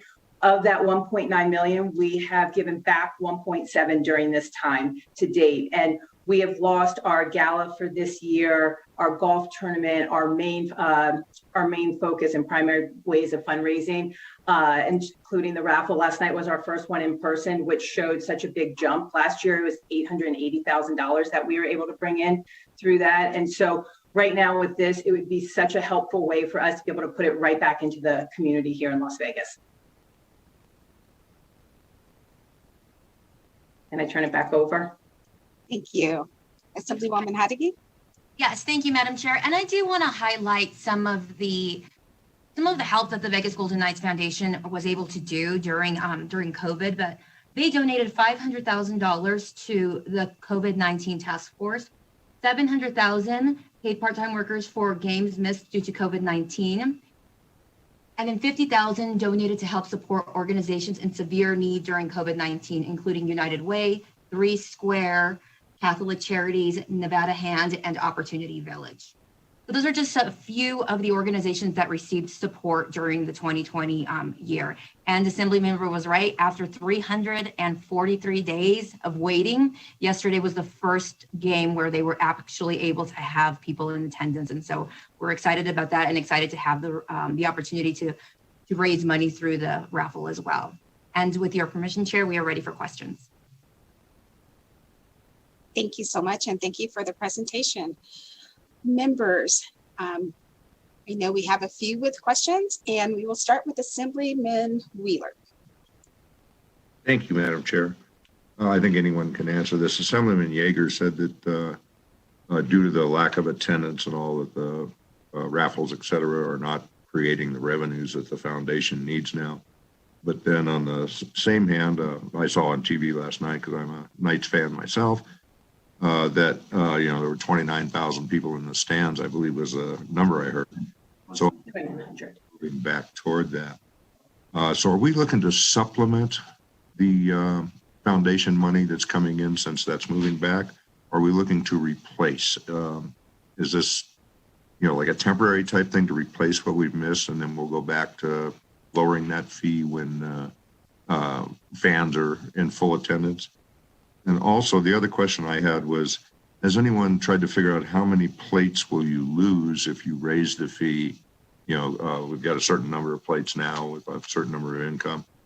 And if some people may not pay the extra fee and go back to a sunset plate or something. So has anyone even looked at that? Will there be any revenue loss, that way, or will there be a huge revenue climb? Thank you for the question, Assemblymember Wheeler. I can take the first portion of the question. This will just be adding to an additional way the foundation can raise money. The foundation raises money in various ways, not just through the raffle. They also have their Night to Remember. They have their 5149 raffle. They also have an annual charity night, an annual golf tournament, and they also raise money through sales of the jerseys and sticks and that have been used. So this will just be an additional way for them to raise money for the foundation that they can use to give out to the charities that they support. In regards to the study on whether there will be an impact to the amount of license plates issued, I can't foresee that happening. All the other charitable organizations' license plates have, on top of the $35 issuance and $10 renewal, a $25 fee issuance and $10 renewal, and people are willing to pay that. This being the second most popular special license plate, I think shows to how much people want to show their support for the Vegas Golden Knights. But I will turn it over. It looks like I have the Vegas Golden Knights Foundation ready to answer as well.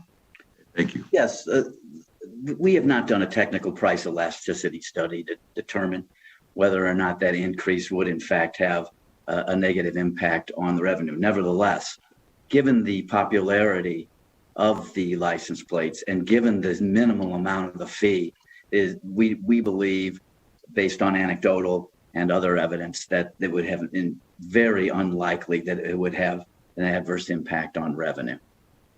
Okay, thank you very much. And I wanted to also congratulate you guys for coming up to my district and playing a little outside hockey here a couple of weeks ago in the most beautiful place on earth. And I didn't know about your golf tournament. Please send me information on that. We absolutely will when we're able to have one again. Thank you. And I just have Thank you all for being such gracious hosts up in your area. That was really a great event. I think it was all I could do not to try to swim up and watch. I have a question for you two about last night's attendance. Was the attendance 2,900 fans? Not 29,000. Correct, Yes. 2,900. All right. We Just only wanted to wi- make sure we had that correct for the Yes, record. I was, yes. we would only wish we could get 29,000 fans in 18,000 seat stadium. That would be wonderful. Sorry, I always think big, Madam Chair. Assemblywoman Brown-May. Thank you, Madam Chair. Thank you for the opportunity. So out of an abundance of caution, I just first would like to go on record as identifying that my private employer is a recipient of some of those contributions as noted by Assemblywoman Heidegge from the Golden Knights Foundation, and that there has been a lot of really good work done there. So I just want to make sure that we get that out there.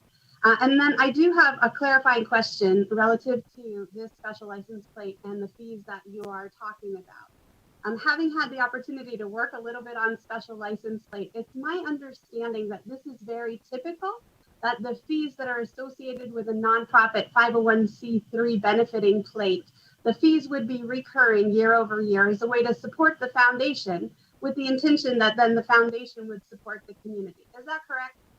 Yes, that is correct. That's correct. 100%. Thank you. Thank you, Madam Chair. Thank you. Thank you.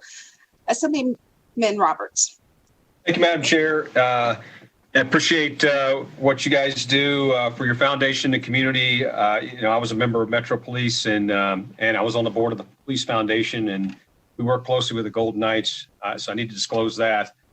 The other question I had is, when you originally set up the license plate, why didn't you put the additional fee on at that time? Is my understanding the foundation wasn't completely established yet? That is correct. The foundation hadn't been completely established. We were just getting there, starting as the first sports team, and Bill Foley wanted to get them out there without that extra $10 to see where the interest was and to also make sure people had an opportunity to buy the plates at that point. Thank you very much. And I mean, that's an important point on why you didn't have it in place before. And, like our police foundation actually has applied for a specialty plate, and, we're doing the same thing. But we're going to have a fee. And I think it's important to note that you're the only one that doesn't have a fee. So thank you very much. And I appreciate it, Madam Chair. Thank you. Thank you very much. Thank you. I am not seeing any other members with questions at this. Yes, ma'am. I had one. Oh, Assemblyman Ellison. Go ahead. Thank you, Madam Chair. And I apologize. I missed a piece of this because LCB was in the office here. One of the questions I do have, and I thought I heard, now, is this fee going to be strictly for the Golden Knight plates or for any personal license plates? Thank you for the question, Assemblymember Ellison. This is Assemblymember Heidegge. Those will just be for the Vegas Golden Knights license plates. Well, I've got a suggestion, if you may, is every time I look on the floor, all my colleagues has got that little emblem on their chest. And I think if we need to make money, we can make a fortune by just adding a $5 fee onto that emblem. So thank you very much, and I appreciate it. And if I told my daughter I supported this bill, she supports the other team, she'd kill me. So thank you. Assemblyman, can we count on you to introduce that bill for the pins for the revenue? For the You got it. Thank you, sir. Thank you so much. We'll see no other questions. We will go to our broadcasting staff and ask if we have anyone here in the queue to testify in support of Assembly Bill 123. To testify in support of Assembly Bill 123, please press star 9 now to take your place in the queue.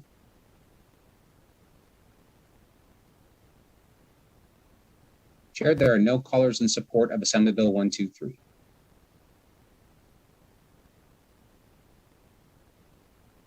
Do we have anyone in the queue to testify in opposition?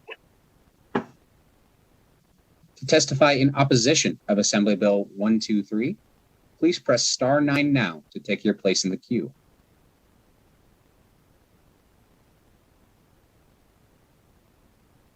Chair, we have no callers in opposition at this time. Okay, finally, do we have anyone here to testify in the neutral? To testify in the neutral position on Assembly Bill 123, please press star 9 now to take your place in the queue.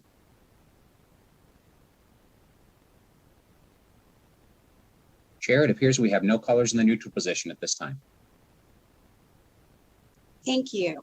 So we'll ask the presenters and sponsor of the bill, are there any final remarks you'd like to make before we close this bill hearing? Thank you, Chair. I would just like to leave the committee with some figures. I think the foundation was very modest in speaking to everything that they have done in our community, but I do have those figures.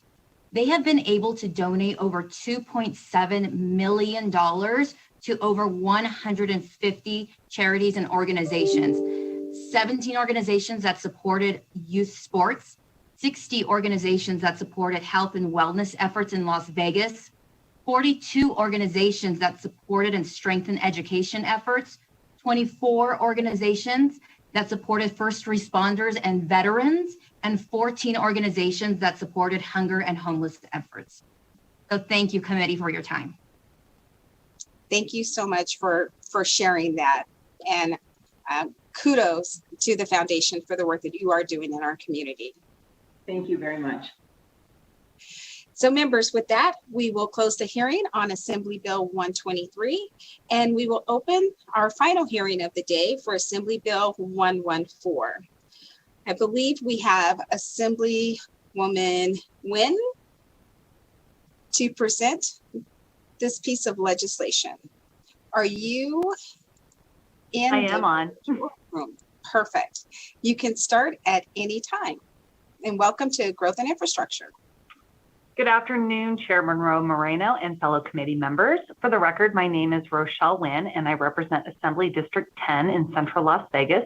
It's good to be back in Growth and Infrastructure. I do miss this committee, and I am pleased to present Assembly Bill 114 today. Assembly Bill 114, which allows for the direct sale of electric vehicles from all electric-only manufacturers to consumers. And I'd like to provide some context on the need for this in Nevada to accelerate the deployment of electric transportation. And then we'll discuss what Assembly Bill 114 actually does and how it does that. In 2019, this legislature passed Senate Bill 254, which calls for our state to reach net zero greenhouse emissions by 2050. Since that time, additional actions have been taken by our state to achieve this goal, including Governor Sisolak signing an executive order to develop a state climate strategy, which was released in December of 2020. A large part of this climate strategy is to reduce carbon emissions from the transportation sector, which is the largest source of Nevada's climate pollution at 42%. It also is a major source of harmful smog linked to asthma.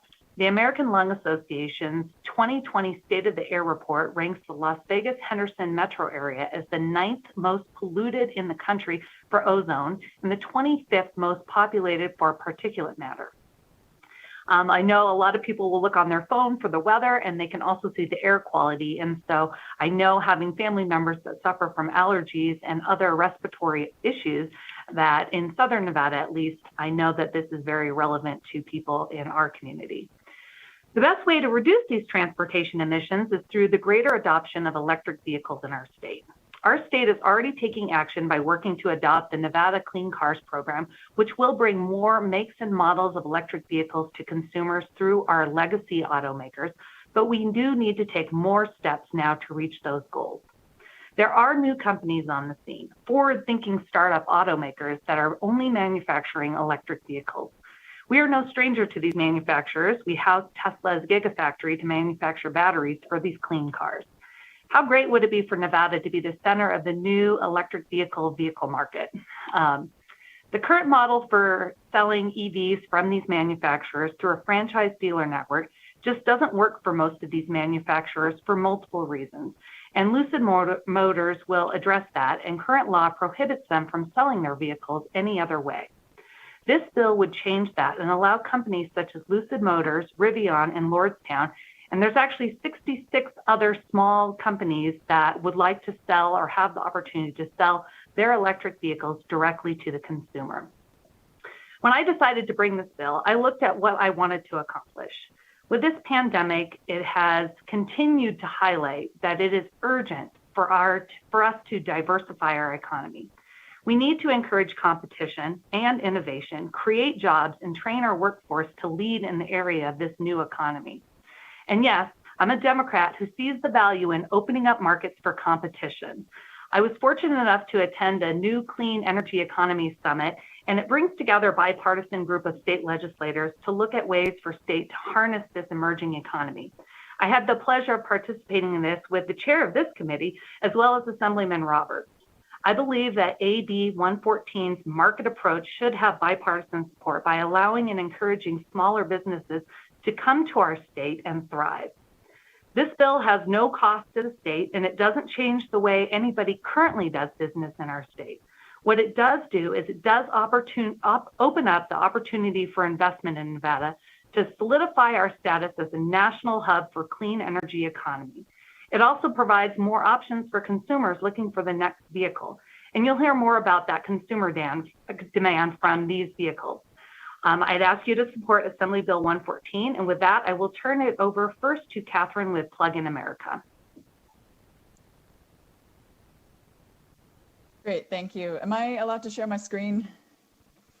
Yes. Here with the slides? Okay, let's just do that. Okay, perfect. Now we'll.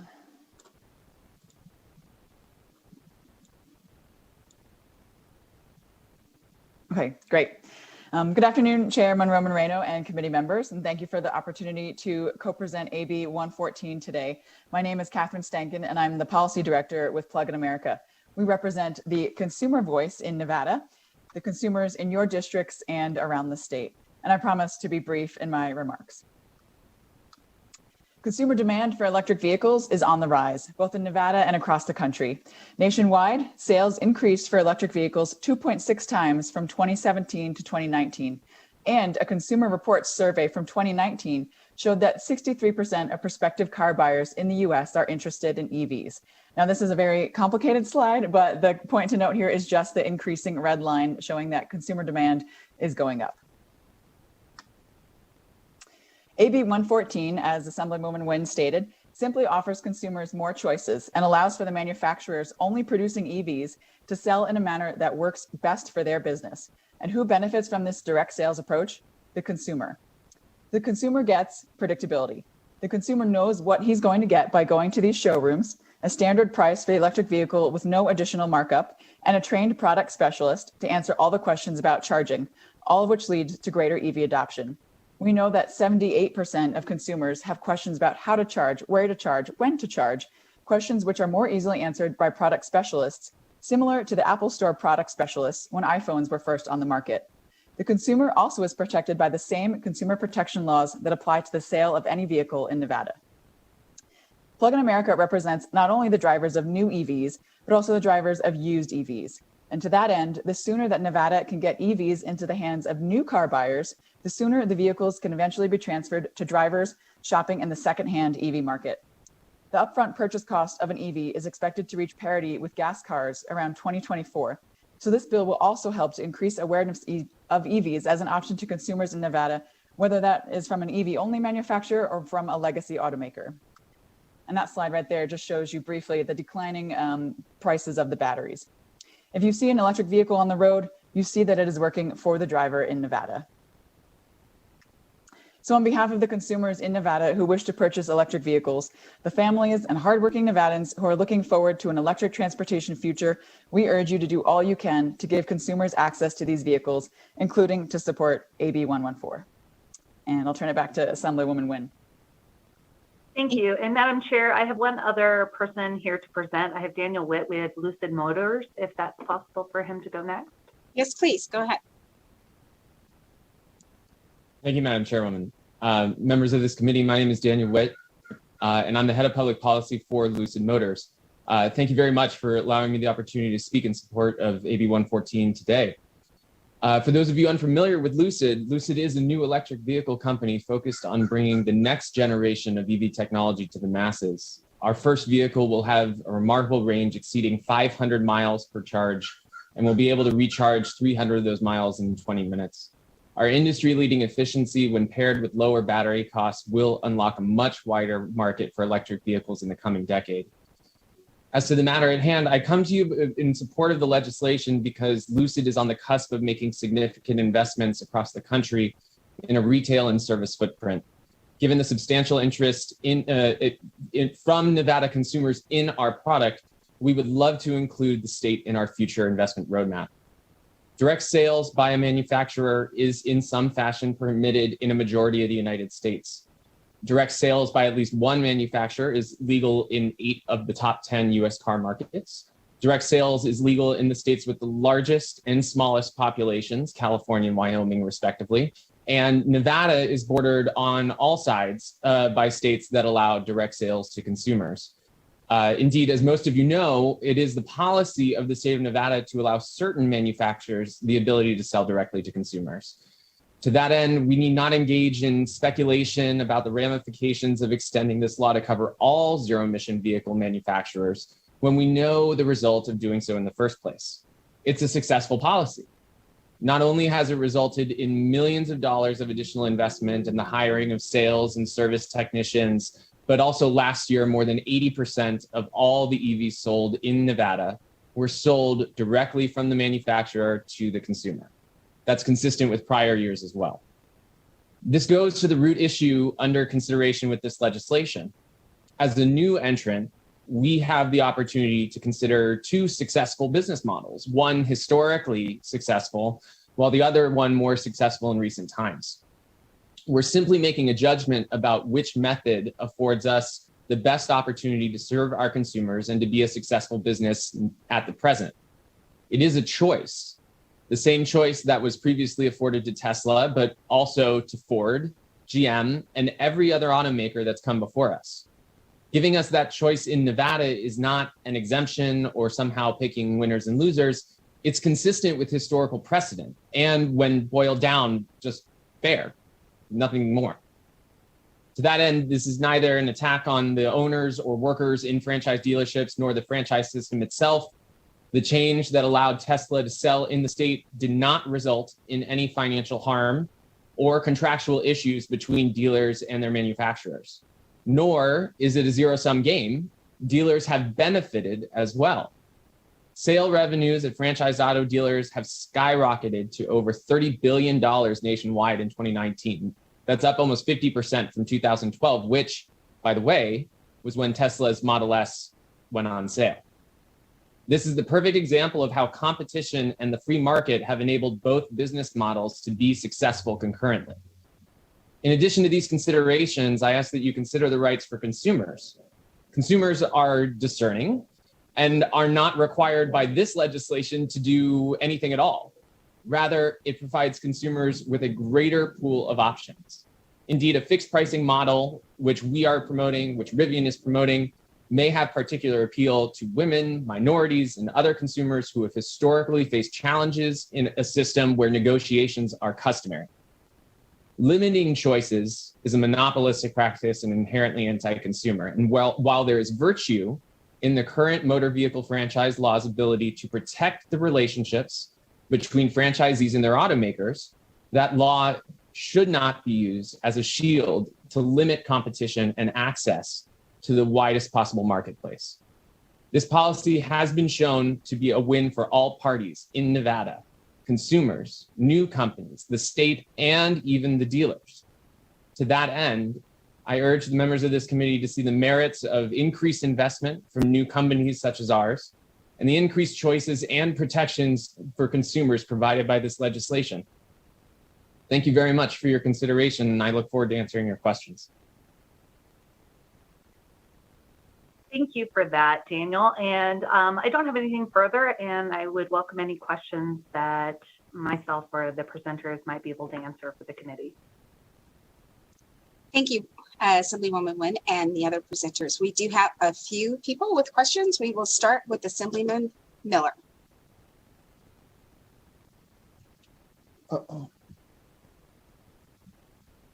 Thank you, Madam Chair. Thank you all for the presentation and for bringing the bill forward. I do have a question here in regards to why why the EV manufacturers don't have dealers. And then also, if you could just shed some light on whether or not passing this bill would allow manufacturers from outside of the country to deliver vehicles here in the state. Thank you. I can start with a couple of those, and if my co-presenters would like to follow up, that would be great. I'll start with the how a consumer, part of this bill came as my interest in obtaining an electric vehicle that was not a Tesla. I had looked and I had been a part of, discussions about different electric vehicles. There was an event in early 2020 before the pandemic that was sponsored by Plug in America, where other legislators were able to go and test drive different electric vehicles. And one of the ones I was interested in was a Rivian, and it's a 4x4 truck. It's an all electric vehicle. It looked pretty awesome. And when I went to find out how I could purchase that vehicle, I realized I would not be able to do that here in the state. I would have to go to Oregon or Colorado or Wyoming or Idaho or Utah or Arizona or Illinois or Montana, Tennessee, Michigan, Florida. A lot of these other states, I would have to go to another state in order to do it. I could still purchase it online. I would just have to go to another state in order to do that. I don't want to see the sales tax. I want to see it stay here in Nevada for that vehicle. Nevadans don't lose sales tax differentials and reciprocity agreements if we were to pass Assembly Bill 114. So that's your second question. I think your first question as to why EV manufacturers just don't have fall in line and do the dealership model. The dealership model is kind of protects a lot of these legacy automakers, and being able to sell directly.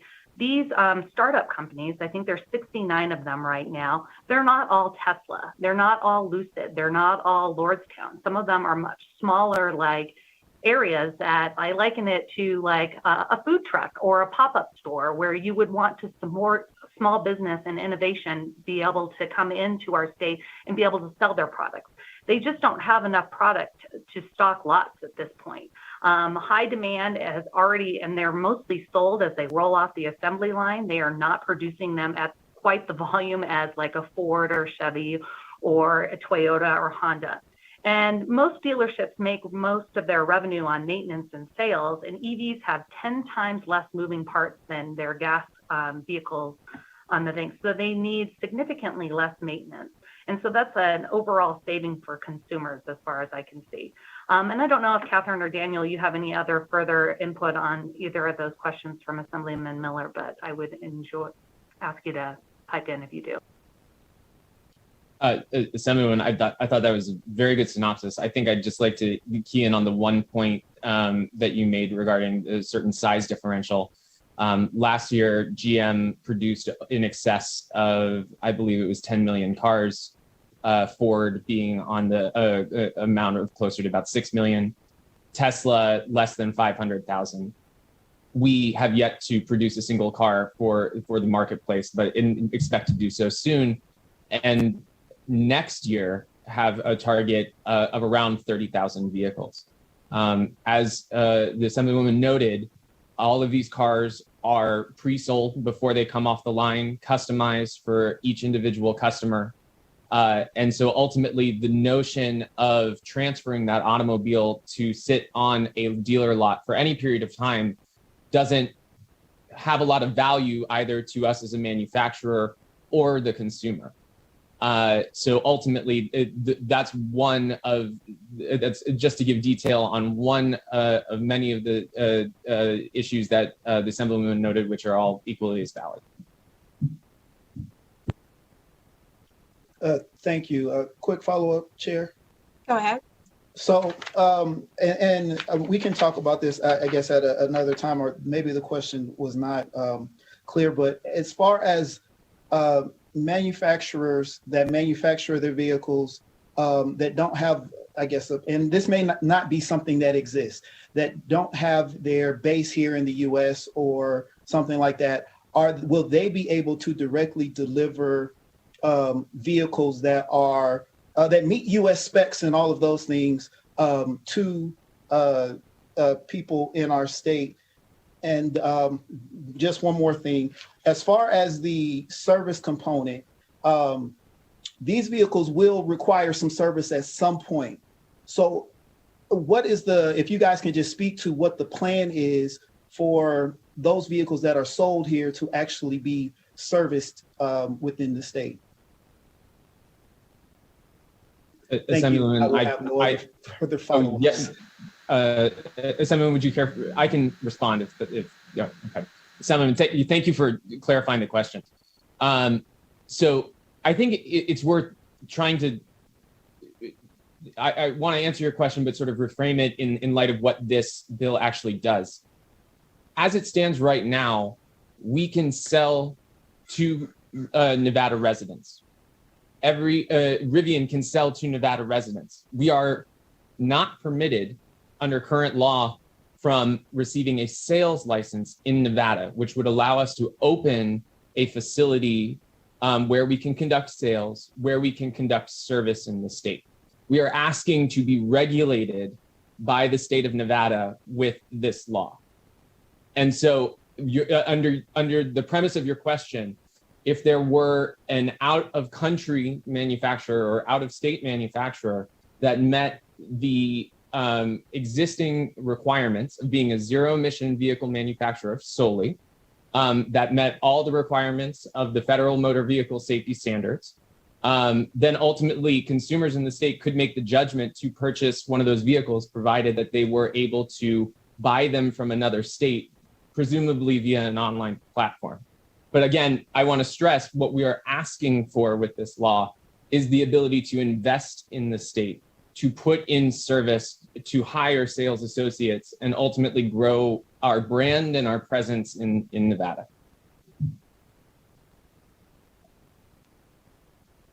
Thank you. Thank you, Madam Chair. Thank you. Assemblyman Wheeler. Thank you, Madam Chair. I've only got about 37 questions. No big. So just a few. That's not happening today. Yeah, I don't think so, no. But I'm sure other people will be asking them. Actually, Assemblyman Miller already asked one of mine. Thank you, I will be happy to speak with you offline about this as well, Assemblyman Wheeler. Oh, yeah, we've got a lot to speak with. But I'm sitting here looking at this, and I'm looking at the amount of jobs that will be lost if there aren't service centers and dealerships.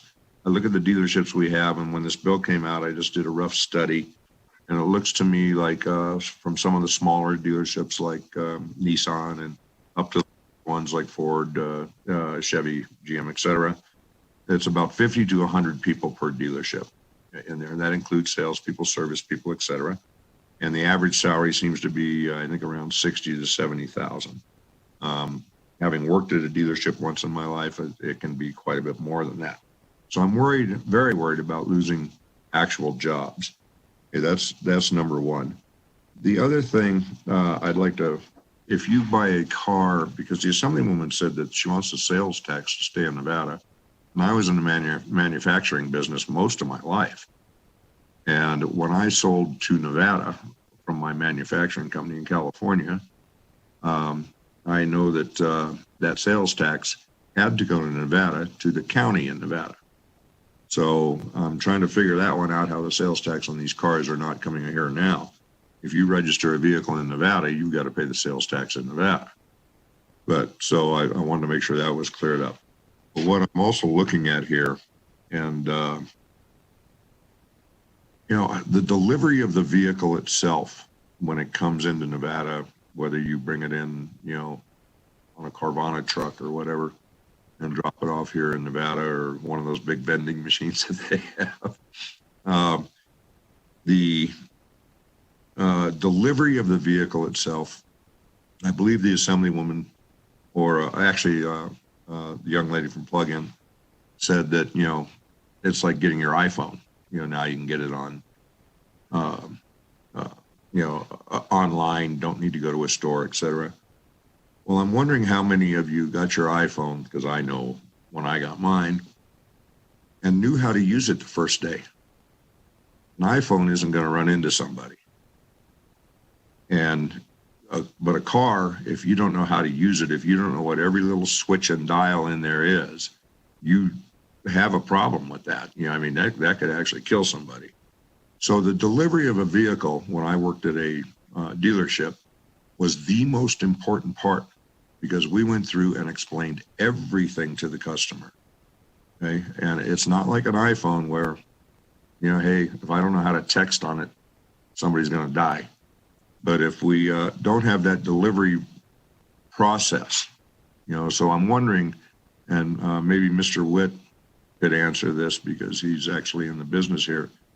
When the vehicle is it delivered with a salesperson, a technician, someone who can show them how to use that vehicle? Thank you for the question, Assemblyman.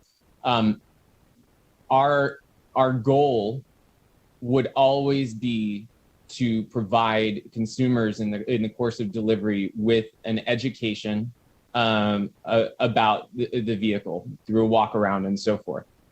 Without this bill being adopted, we ultimately would not have that ability and be forced to have a less comprehensive delivery experience with customers. Yeah, I'm sorry, Mr. Witt, I don't think I got the answer I was looking for there. Oh, excuse me, I'm sorry. Does that mean that every car you deliver in Nevada, if you get this bill, is going to come with a salesman to show them how to use the vehicle, or is it going to come with a user video, you know, or log into YouTube?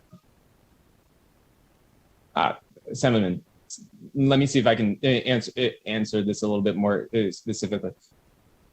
When we have the ability to ultimately coordinate with a consumer on the delivery of their vehicle, we will attempt to do so in a place where it is convenient for the consumer, but ultimately get them the car as early as possible. That invariably means delivering it to a site where we can clean the car and prepare it for ultimately the transfer over to the consumer.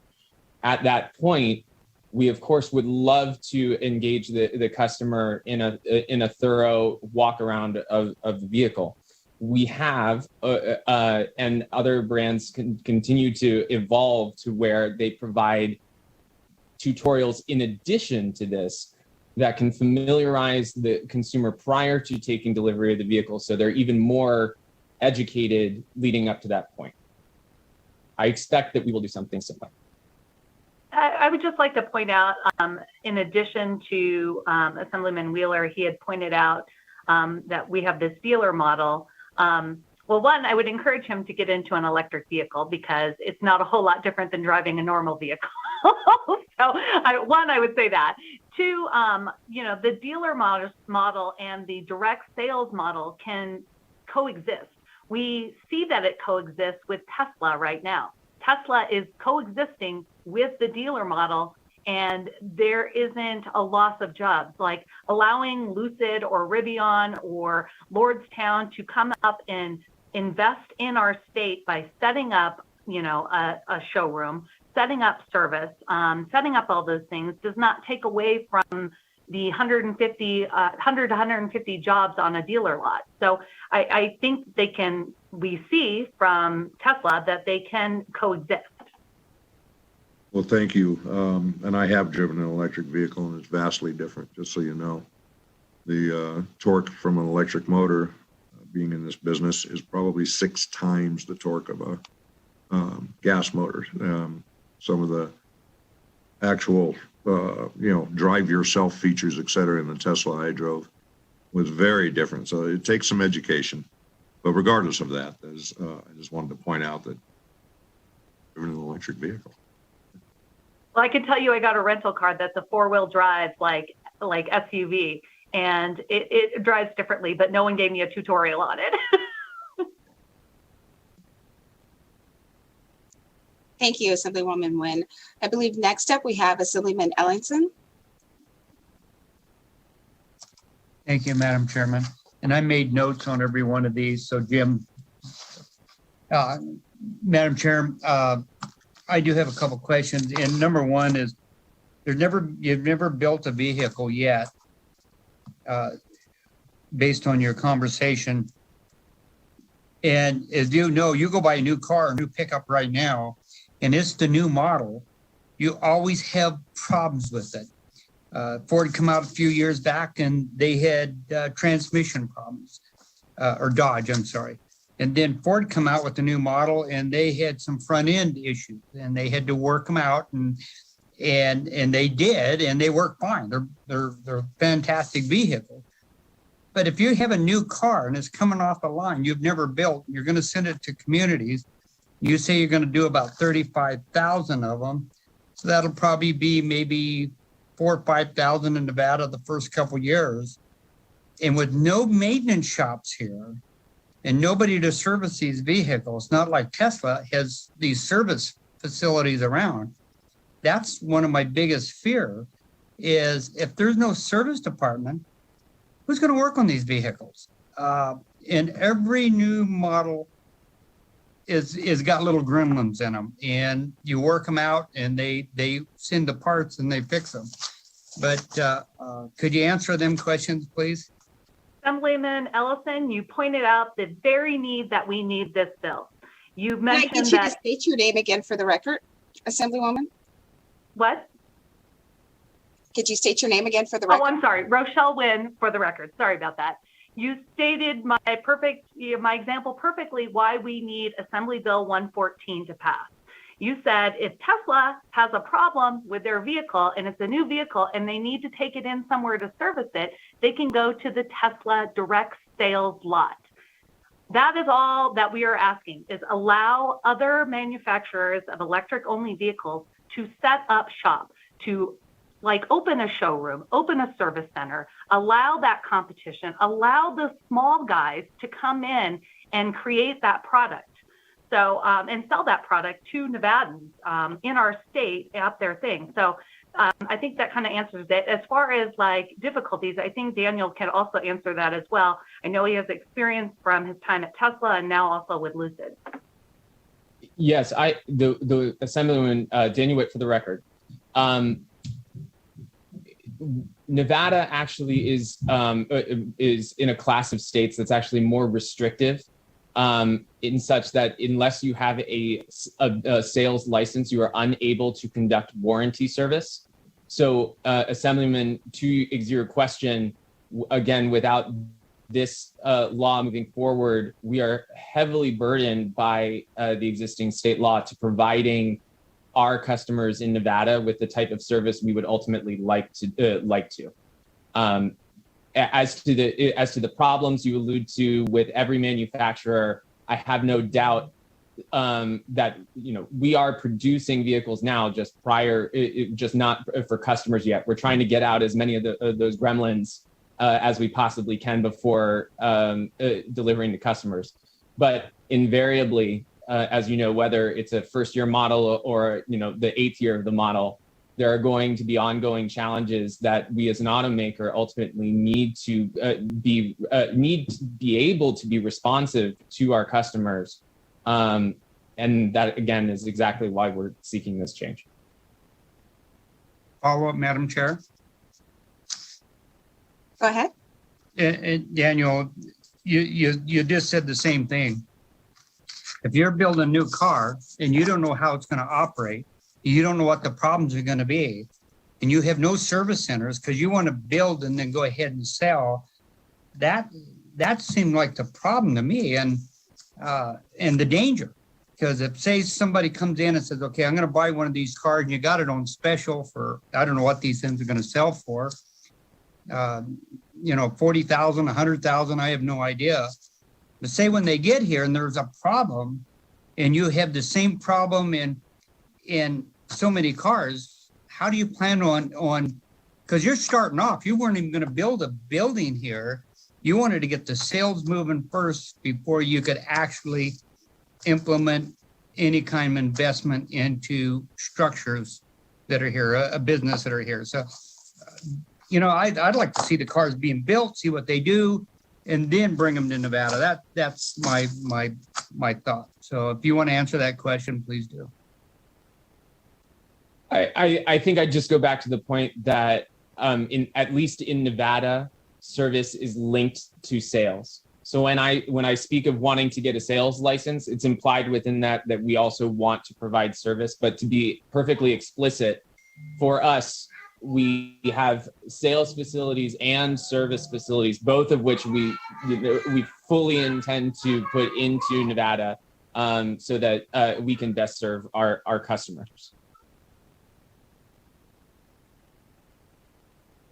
Thank you, Madam Chairman, and thank you, Daniel. Thank you. Mr. Wood, just to further clarify, what you're saying is that if this bill were to be approved and move through this legislative session, it would be your company's interest and other companies like yours to build facilities within the state to conduct sales, but also to provide service for those vehicles that are sold in the state so that if there are problems with the vehicles, the consumers would have a place to get those problems remedied. Is that what I hear you saying? That is correct. Thank you. Thank you. Assemblywoman Summers Armstrong. Thank you, Chairwoman Monroe Moreno, and thank you to Assemblywoman Wynn for bringing this bill. I think my question is sort of in line with what has just been asked. When I spoke with Ms. Stankin of Plug in America and another group of folks last week, there was no mention of setting up that type of a situation where there was brick and mortar for there to be a service subsequent to purchase. And then Mr. Witt is saying that that's the intent, but maybe my question would be, is there anything in this bill that would make this more than an intent, but would be a requirement of some type that they set up either their own brick and mortar or develop relationships with existing brick and mortar buildings, not buildings, but businesses that provide sales and that provide service to help our citizens to be able to have service. And I say that because I was reading an article on another startup. By the way, I think 50% of all startups fail. So that is also concerning that we have this influx of startups, and then we could possibly have products that are out of production, and now there's no place for them to be serviced because there is no business existing any longer. And so that's a concern of mine. And second question, are these businesses going to provide their service manuals? Is there any requirement federally for that to happen? So if these businesses, they go out of business, there is a way for a aftermarket salesperson to be able to have the expertise, the knowledge, and actually access to tools and supplies to service these vehicles. I'll take part of that. You know, I want to make it very clear. We allow this in state statute for one company. We are just asking to open this up to other people to be able to engage in our market. And yes, I think it is the ultimate goal for people to have like those direct sales like things. But you know, we're talking about companies at their inception where they are not producing millions of cars a year. They're not producing thousands of cars a month. They are producing like 30,000 cars like a year. And so, you know, I think, you know, they're probably not going to start off right away, although they would like to. I think that's something that we want to get into. I think the big key is here is in existing law, we have one company that is allowed to set up brick and mortar. They are allowed to sell directly. They are allowed to train people to service their vehicles if they need to. I think this could end up with a new economy as we have these people coming in. We could have boutique mechanics that are specializing in training. We can work with our community colleges to make sure that we're training people how to service like electric vehicles. There's some common components amongst all the different electric vehicles. And this is just a new avenue for us to increase revenue, to increase job skills, job training, high paying, like computer like jobs in our state. So I think there's that. And I think Daniel might have some other things to comment on your secondary question. Yes, I can actually sort of take it from the perspective of lemon laws and what happens in the event of bankruptcy. So I think the concern that you raised, Assemblywoman, was, ultimately several of these startups are unlikely to survive.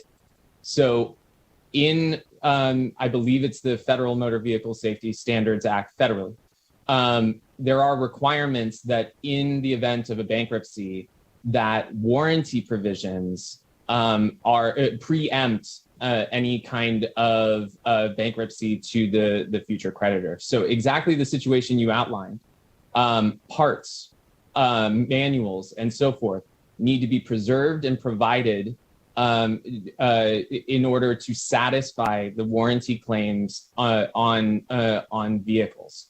Those ultimately would need to be implemented by the entity, whatever that came to be. There are a couple of case studies that we can suggest here, and they all sort of revolve around the traditional dealer network. You have labels that have come and gone. Oldsmobile is the one that comes to mind, but under GM's brand, and ultimately the dealers have continued to serve those customers even after the vehicles are no longer in existence. On the contrary, you have a company like DeLorean, which also went through the dealer system and ultimately went through bankruptcy proceedings.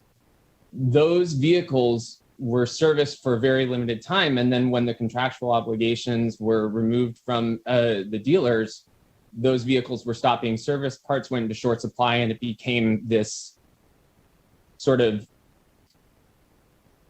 I don't know how to describe, other than sort of a cult vehicle that has been kept up over time. We ultimately, view our technology and our capabilities as something that can stand the test of time. But again, I go back to the notion that if past is prologue, you change the law once for Tesla, they set up sales and service centers. We cannot scout space. We cannot invest in resources without ultimately having a permissive structure that actually allows us to apply for a license. So I can't give you the type of assurance without knowing that this law is ultimately going to be changed. But we are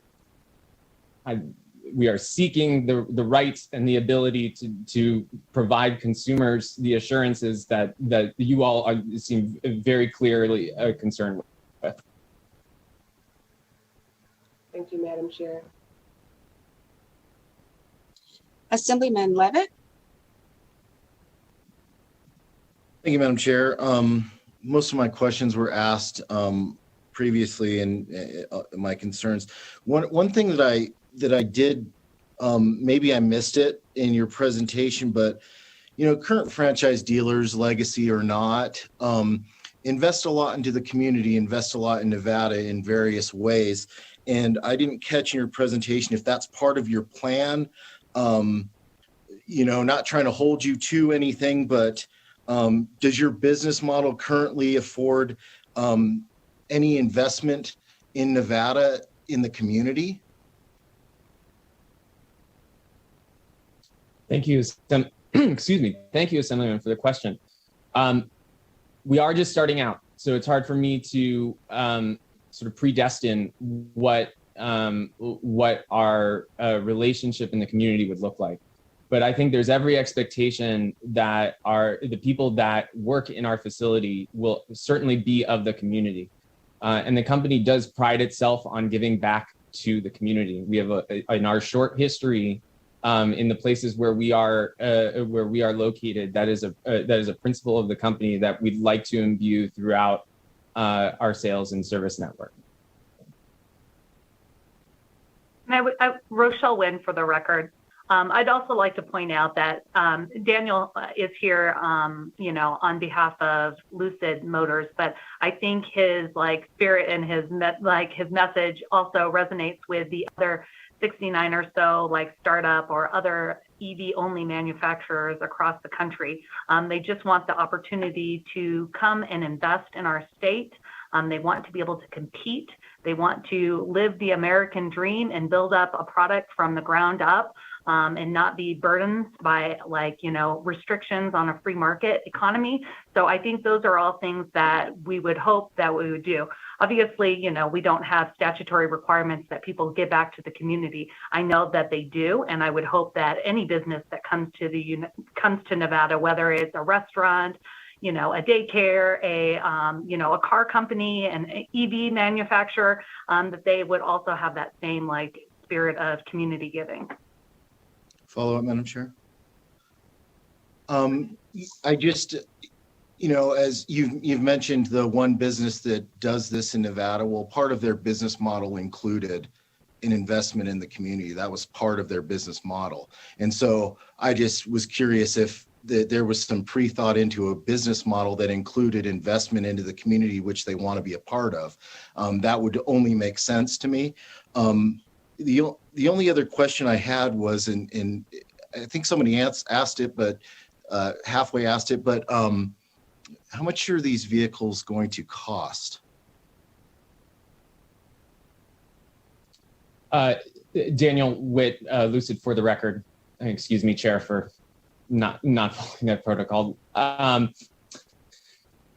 So for our company, the price of vehicles ranges from the high 60s all the way to the high 160s. I think you'll hear testimony from Rivian, the company that the Assemblywoman alluded to, a little bit later, and so I'll let them detail theirs.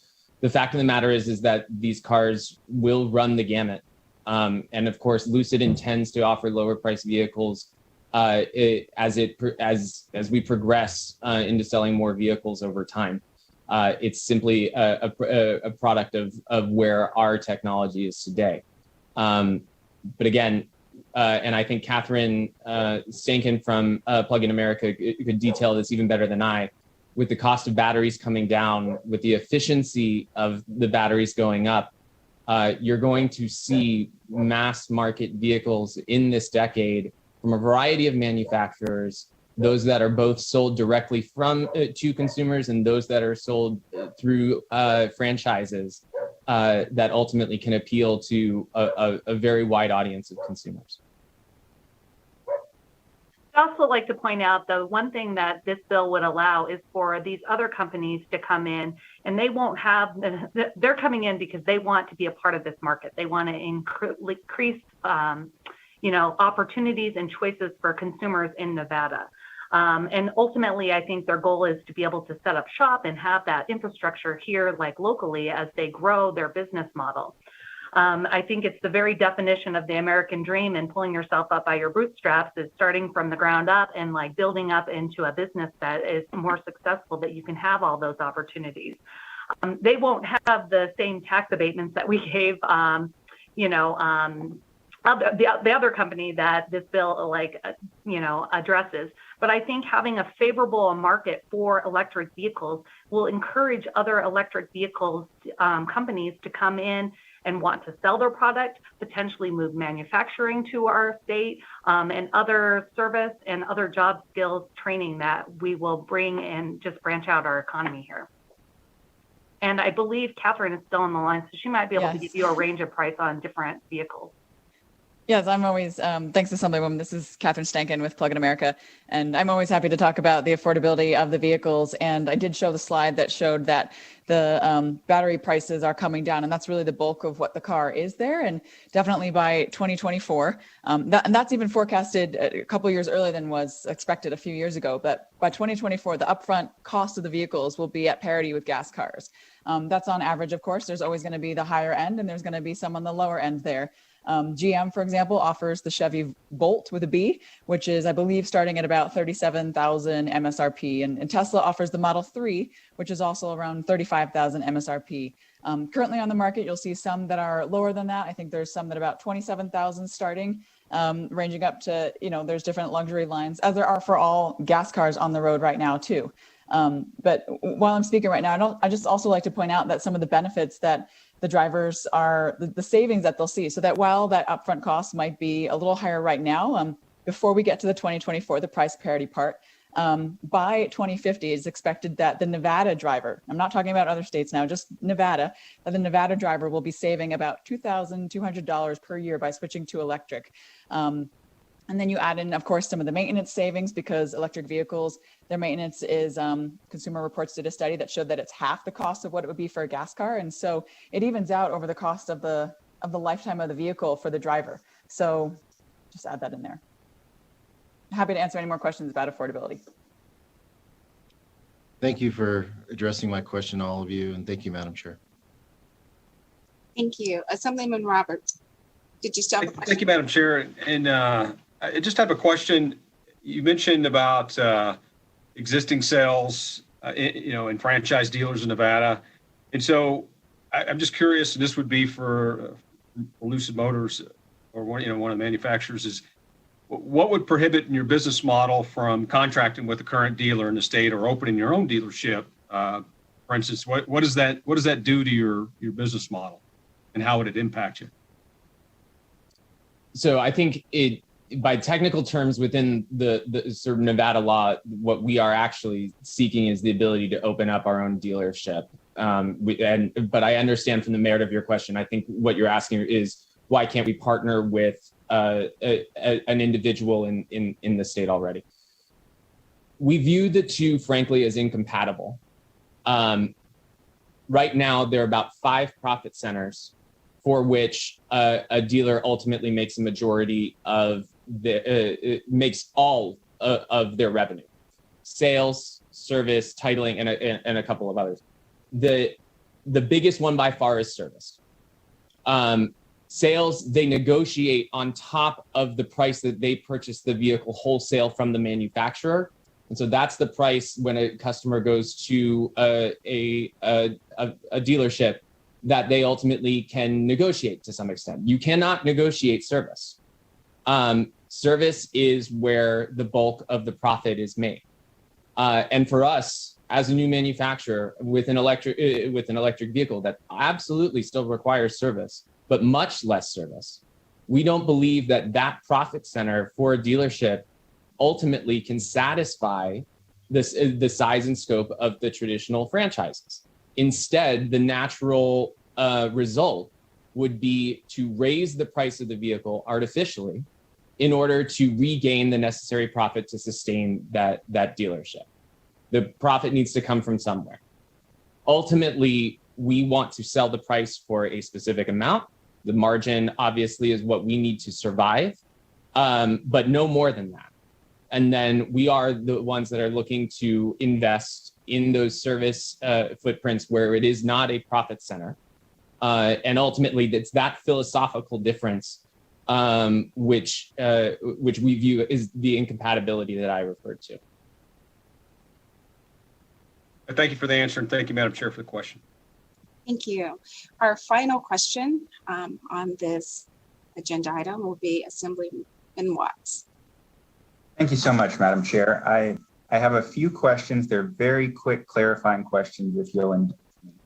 So just for Daniel, just to be clear, so what this bill will do is allow these manufacturers to set up shop in the state, but they will follow all of the same requirements under law that any other manufacturer has to under state or federal law.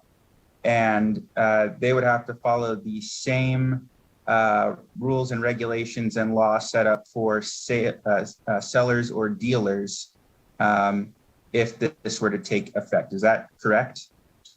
For the record, yes, that is correct. Thank you. Another question, as you mentioned, these vehicles, some of them are accepting pre-orders now, and you touched on this briefly, but essentially, if we don't pass this bill, people will still be able to purchase vehicles here.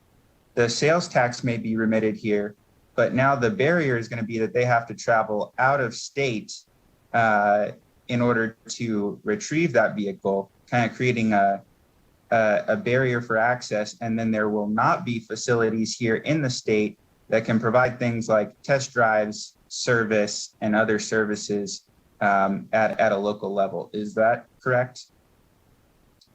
For the record, there are nuances to that. I would note that, without being able to put facilities in the state, we ultimately are depriving the state of tax dollars, property tax dollars, and employer tax dollars that we would otherwise pay. We generally will try and work within the law as best we can to eliminate any encumbrances that consumers would otherwise feel if the laws were less than ideal. But in general, yes, these impediments would have an impact on the consumer experience and create difficulties both for consumers as well as the manufacturer to ultimately meet. Thank you. I appreciate that. And just following up really briefly on the point you made about service and the role that plays in revenue under the franchise auto dealer model, and this may be a question more for Catherine.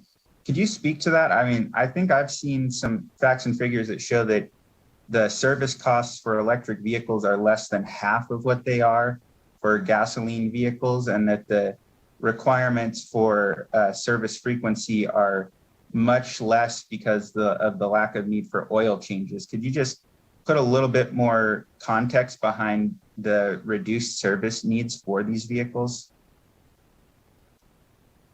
Sure. This is Catherine with Plug in America, and I'm happy to speak to that. Yes, that's correct. There's 10 times fewer moving parts in an electric vehicle than in a gas vehicle. And so there's not as much maintenance needed whatsoever. In fact, usually the things that need to be replaced are the brake pads, the windshield wipers, and then the washer fluid. So that's kind of the max when it comes to the service. Thank you so much for those clarifying questions. Thank you, Madam Chair, for the indulgence.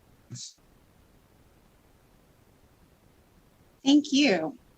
So seeing no other questions, we will go to broadcast staff and see if there's anyone in the queue to testify in support of Assembly Bill 114. Testify in support of Assembly Bill 114. Please press star 9 now to take your place in the queue.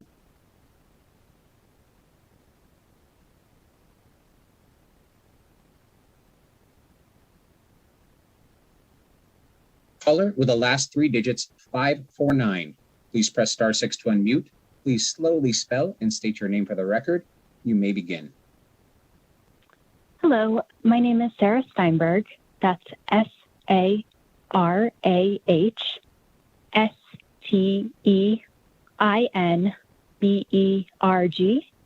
and I'm a policy principal with Advanced Energy Economy. AEE represents a variety of companies that span the advanced transportation sector. These companies represent manufacturers of electric vehicles of different sizes, from small, low-speed vehicles to large, heavy-duty vehicles, charging infrastructure providers, grid integration solution firms, fleet operators, and companies providing supporting technologies and software services. Today, I would like to note AEE's strong support for AB 114 to allow for the direct-to-consumer sale of electric vehicles by electric vehicle-only manufacturers. This bill addresses one of the major barriers to EV adoption, vehicle availability. It would make EVs more accessible to Nevadans at their time of purchase. Additionally, this bill would boost the number of EV retailers in the state, increase state and local sales tax revenues, and create new jobs. The electric vehicle space offers Nevada a number of exciting benefits, but the market will only be able to help grow and diversify the economy if consumers have that full access to in-state electric vehicle purchasing options. We know that the potential for the EV market to be a catalyst for economic diversification and recovery here is significant. AEE released a report last fall that used modeling to determine the economic impact of investment in advanced energy technologies.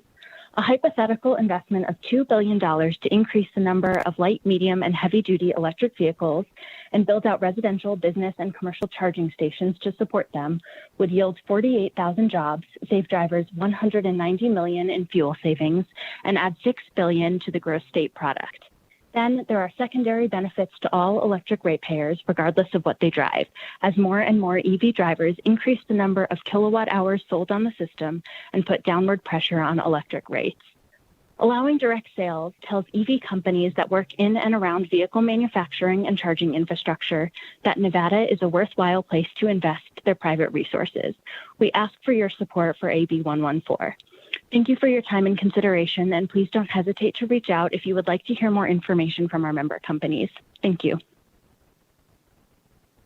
Thank you. And I'll ask BPS for our next caller, and I will remind our callers that you only have 3 minutes for your comments. Caller with the last 3 digits of 905. Please press *6 to unmute. Please slowly spell and state your name for the record. You will have 3 minutes. You may begin. Hello, my name is Leslie Hayward, LESLIEHAYWARD. Good afternoon to the honorable members of the committee, and thank you for the opportunity to testify for the record today. I am the manager of policy communications at Rivian Automotive, which has been discussed so far in this hearing. And I'm in support of AB 114 to allow manufacturers like us to sell our electric vehicles directly in Nevada. Quick background, we are an independent U.S. company founded in 2009.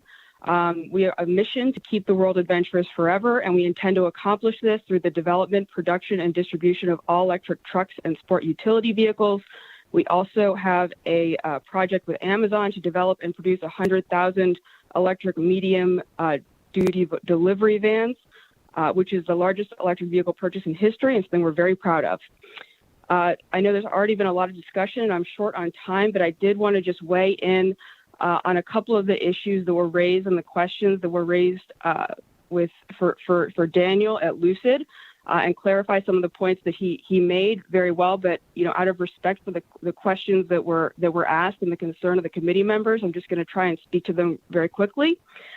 We just want to reiterate that yes, you already can buy a Rivian and have it delivered in Nevada. But right now, because we can't come in and build this physical retail footprint in the state, Nevada's residents are put at an inconvenience by having to travel to their neighboring states, sometimes to take delivery or to do test drives or to service their vehicle or to learn more about it. We have a robust plan to provide service because we know this is very important to our success as a young company. We intend to be within 1 hour of 75% of our customers and within 4 hours of 96% through a combination of brick and mortar service locations and mobile service vehicles. But without this legislation, we can't come into Nevada and build service stations, which I think is very relevant to the point of that one of the assembly members raised, which is about the safety of the vehicles and the consumer education.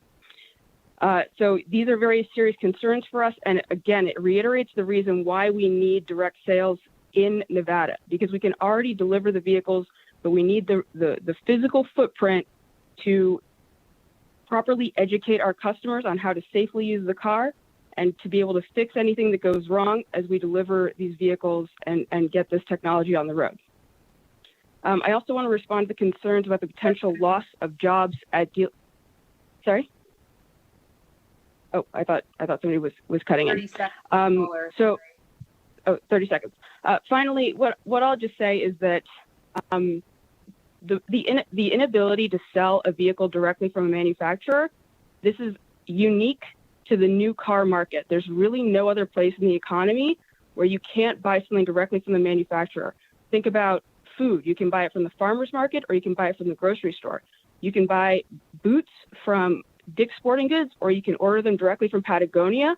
You can buy a house from the owner. Thank you so much for your comments. If you'd like to submit the remainder of your comments in writing, we would be more than happy to have it, but that's your time. Thank you so much for joining us. Next caller.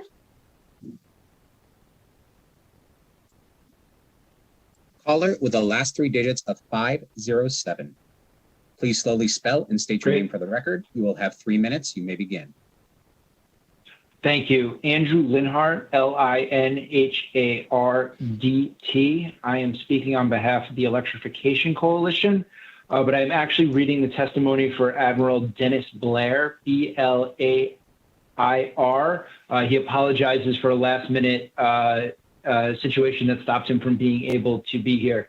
Admiral Blair was the Director of National Intelligence from January 2009 to May 2010, and previously served as Commander-in-Chief, U.S. Pacific Command, his testimony. And as I speak to you today on behalf of the Energy Security Leadership Council, a project of the bipartisan energy advocacy group SAFE in support of AB 114. Formed in 2006, our group is a coalition of four-star admirals and generals like myself who have seen the astonishing cost of our oil dependence and the loss of America's blood and treasure overseas, and business leaders who find common purpose in the urgent need to reduce our nation's oil dependence and build a transportation system of the future here in the U.S. SAFE works alongside its sister organization, the Electrification Coalition, to help states, including Nevada, support this transition. The issue of oil dependence has been paramount to America's national security for over 100 years. Under a popular narrative, this issue has been resolved and oil is in terminal decline. But market fundamentals tell a different story. While electric vehicle technology has demonstrated incredible improvements since the current wave of commercial introduction, oil still accounts for 91% of all transportation energy. Furthermore, oil prices are set on a global market that is cartel controlled and manipulated. The U.S. military also continues to be the guarantor of safe global oil transit and supply to the cost of $81 billion annually to the taxpayer. Our group has long seen electric vehicles, and specifically the domestic EV industry, as the most promising solution to break oil's monopoly over the transportation system. And as the world shifts from gasoline to EVs, China's dominance of the entire EV supply chain makes scaling up the U.S. market even more urgent. As has been made clear in state after state, direct sales are one of the most effective and powerful policy levers to enhance EV deployment. Some 80% of EVs sold in the country are through direct sales, and states that are open to direct sales see adoption rates up to 5 times the rates of states that are closed, even in the absence of other direct incentives. The future of our nation depends on our ability to control our destiny with regards to our transportation fuels and technologies. Preventing innovative companies like those who join me in testimony today from bringing their vehicles to market stands in the way of our need to transition the transportation system. While I understand that auto dealers have expressed concerns with this bill, even though it does not prevent their sales of EVs alongside EV-only manufacturers, the importance of direct sales in a robust domestic EV industry has implications far beyond commercial regulation. Nevada's economy benefits from improved access to electric vehicles and the related demand for vehicles, batteries, and inputs into the supply chain, from the companies already in the state and to others that may come. While I hope the committee will focus on their task of evaluating whether new EV manufacturers like Tesla, Rivian, Lucid, Lordstown, and others should have the ability to choose the business strategy that makes sense for them as they battle for American leadership in the global EV race. Thank you so much. Thank you so much for your comments. If you could submit the remainder of your comments to the committee in writing, that would be great. We've reached the end of your time. Thank you so much for joining us here today. Next caller in support. Caller with the last 3 digits of 822. Please press *6 to unmute. Please slowly spell and state your name for the record. You will have 3 minutes and you may begin. Hello, Madam Chair and members of the committee. My name is Matt Rubin, Nattrubin. I'm the Energy Policy Analyst for Western Resource Advocates in Nevada. WRA is a nonprofit focused on protecting the West's land, air, and water to ensure that vibrant communities exist in balance with nature.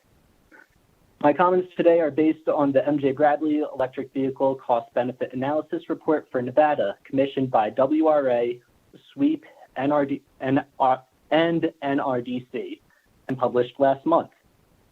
Opening Nevada's vehicle market to direct sales model will allow many emerging new EV-only auto manufacturers to do business in Nevada. This is a key step to achieving the state's goal of zero greenhouse gas emissions economy-wide by 2050. as set forth in Senate Bill 254. Transportation is Nevada's largest source of greenhouse gases, accounting for 36% of emissions. However, EVs do not emit any direct emissions.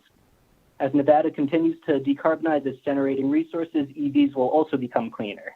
The MJ Bradley report demonstrates the social value of greenhouse gas emissions reductions from EVs, representing the potential cost savings from avoiding the negative effects of the climate crisis. Under a rapid EV adoption rate, Nevadans could see as much as $21 million in social value by 2030 annually, escalating to as much as $233 million per year by 2050. These numbers denote not just the benefits of acting to address the climate crisis, but also the cost of inaction, a thematic warning throughout the state climate plan. EVs can also provide significant grid benefits, which provide utility customer savings.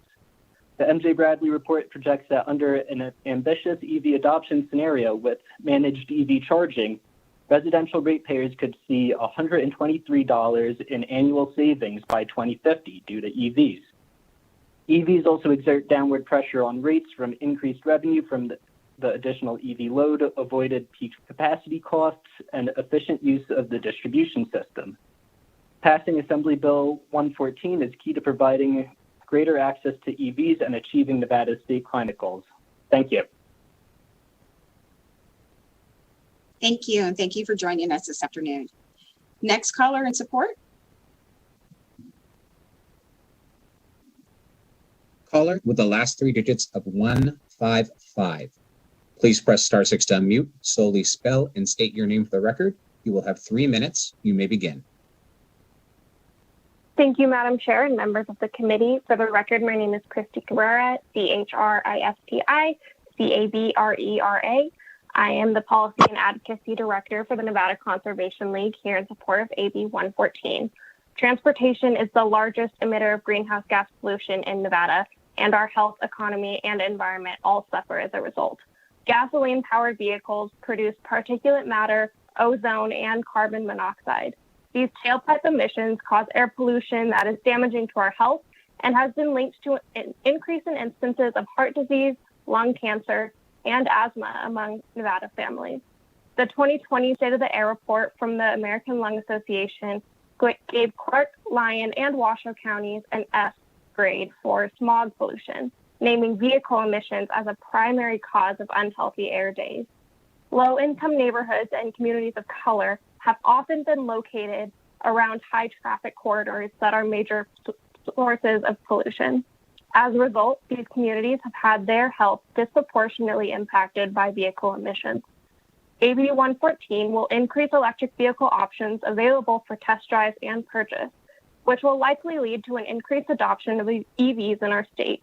By putting more of these cars on our roads, we can reduce harmful air pollution linked to asthma and other ailments, while helping our state meet its climate goals and investing in our local clean energy economy. We urge your support. Thank you. Thank you. Thank you for joining us this afternoon. Next caller for support. If you are just joining us, we're in support of AB 114. Please press star 9 now to take your place in the queue to testify in support of AB 114. Will the caller with the last three digits of 450, please press star 6 to unmute. Please slowly spell and state your name for the record. You will have 3 minutes and you may begin. Hi, Madam Chair, members of the committee. My name is Angie Dykema, that's D-Y-K-E-M-A, and I'm calling in today representing the Southwest Energy Efficiency Project SWEEP. They're a nonprofit organization promoting energy efficiency and clean transportation across the 6 Intermountain West states. We are in support of AB 114 for several reasons, and Matt Rubin from WRA has covered the majority of them. I would like to just focus on the key findings that were also from the MJ Bradley report that he mentioned about EVs reducing costs for drivers, in that they, the main findings, they don't need oil changes or transmission replacements or other kinds of maintenance that conventional cars require. And therefore, as Catherine also mentioned in her presentation, by 2025, the cost will reach parity with internal combustion engine vehicles. And the study has estimated that EV owners would save about $2,200 nominal dollars per vehicle by 2050 as well. And I will just mention real quickly, deploying EVs at scale in Nevada would also save more than 4 billion gallons of gasoline through 2050 and save out-of-state fuel spending as well. And we have also submitted the MJ Bradley report as an exhibit. So it is also located on Nellis if you are interested in pulling up the report and finding more about the benefits that electric vehicles would bring to Nevada. So allowing for direct sales is an important step toward realizing these benefits for our state. And SWEET strongly urges the committee to support this important piece of legislation. Thank you. Thank you for your comments and thank you for joining us today. Do we have any other callers in the queue for support? Will the caller with the last three digits of 533, please press *6 to unmute. Please slowly spell and state your name for the record. You will have 3 minutes and you may begin. Good afternoon, Madam Chair, members of the committee. For the record, this is Dylan Sullivan, DYLAN SULLIVAN. And I'm a senior scientist at the Natural Resources Defense Council, an international nonprofit environmental group. We have around 25,000 members and online activists in the state of Nevada. I'm based in Reno, and I'm here to testify in support of AB 114. We know that in order to address the climate change that is driving Nevada's heat waves and droughts, and in order to improve air quality in the communities that suffer most from air pollution, we're going to increasingly have to shift toward electric vehicles. I second Matt Rubin's comments and Angie Dykman's comments on behalf of WRA and SWEEP on the benefits of EVs for Nevada, referencing a recently released MJ Bradley study. Basically, we're going to need a lot of additional policies and programs to get where we need to be on EVs. And among these is that in Assembly Bill 114, which will basically ensure Nevadans can buy the electric vehicle they want. It's really simple. For a customer to buy an EV, they need to be able to purchase the EV that best suits their lifestyle. Vehicles like Rivian's just totally awesome R1T truck, and a customer shouldn't have to furtively make a trip to Oregon to buy that vehicle. Nevada needs to ensure that residents are actually able to purchase these vehicles and not be limited to only what's available from a traditional dealership. Direct sales allow for different vehicle manufacturers to enter the competitive market and provide these cars to customers easily and effectively. These efforts in this bill won't stop people from purchasing vehicles from traditional dealerships. Instead, they will help to enrich the market and provide customers with choice over vehicle types and how they want to purchase their vehicle. We urge you to support the bill, and thank you. Thank you so much for your comments and thank you for joining us today. Do we have any other callers in the queue for support? Chair, there are no callers in support for AB 114 at this time. Thank you. Then we will move on to opposition. To testify in opposition of Assembly Bill 114, please press *9 now to take your place in the queue.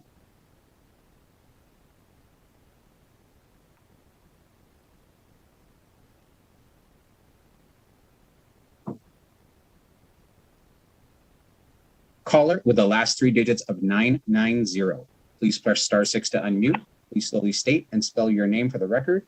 You will have 3 minutes and may begin. Yes, this is Jack Stanko, Stanko. I'm the owner of Champion Chevrolet in Reno, Nevada for 33 years, and also a director on the board of the Nevada Franchise Auto Dealers Association. Going back to Tesla and how it was created, I was involved in some of those discussions. The intent of it was to create jobs and also a massive investment in the Tesla Gigafactory, which Tesla did. And they started selling direct. Had a lot of problems initially with service because they had to fly a mechanic in or a technician in, and it wasn't very convenient for the consumers. And when we changed the law was changed that you had to be an electric vehicle dealer as of January 16, 2016, and only making and selling electric vehicles. Now, this bill, AB 114, wants to remove the January 2016 language and allow 66 different electric vehicle companies to sell direct in the state of Nevada without any investment or any dealer body in Nevada. I guarantee you this will create a major consumer issue by the lack of convenient warranty service, not having a local dealer to go to for assistance in any sales or service problem. And not only that, AB 114 would create a major unfairness to the new car franchise dealers in Nevada that have millions of dollars invested in facilities, parts, staff, and training to properly sell and conveniently service customers. And if you pass AB 114, you're going to be in violation of current DMV laws and regulations. And also, all the manufacturers have strong requirements that their franchise dealers have to meet to be franchised, such as the facilities, the staff, the parts, the training, to take care of customers. And again, the intent with Tesla was to create jobs and the massive investment in the Gigafactory. What the intent was not to have out-of-state EV companies with no investment dump cars and trucks into Nevada and leave consumers without support for their vehicles.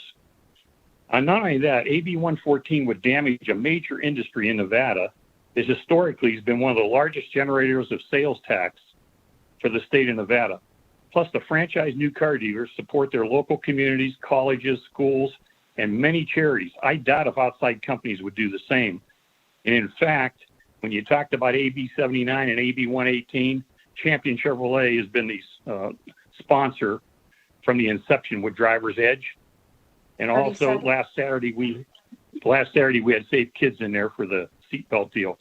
But, you know, they talked about some other things like charging costs.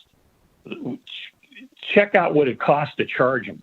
I've had some people tell me that they spend more on their electric bill in a month than what they used to fill up their vehicles with. The grid in the summertime on Kitsky Lane, we get brownouts all the time. Think of the people in Texas.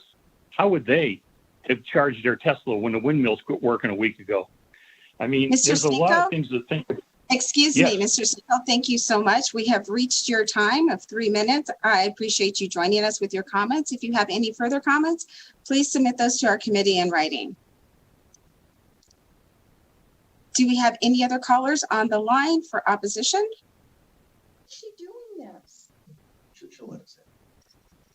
Will the caller with the last three digits 700, please press *6 to unmute. Please slowly spell and state your name for the record. You will have 3 minutes and may begin. Brian Wachter, BryanWachter. Thank you, Madam Chair, members of the committee. My name is Brian Wachter with the Retail Association of Nevada. The Retail Association of Nevada agrees that there are steps Nevada can be taking to encourage its greenhouse gas goals. But this bill is not about saving the environment. It's about creating an uneven playing ground between online and brick-and-mortar retailers. Vehicles are oftentimes a family's second most expensive retail purchase, if not their first. And ensuring that customers have access to the retailer, not just for servicing electric vehicles, but also in the case of recalls for things like catching on fire. AB 114 seeks to use the legislature to make certain businesses more profitable to compete in our marketplace.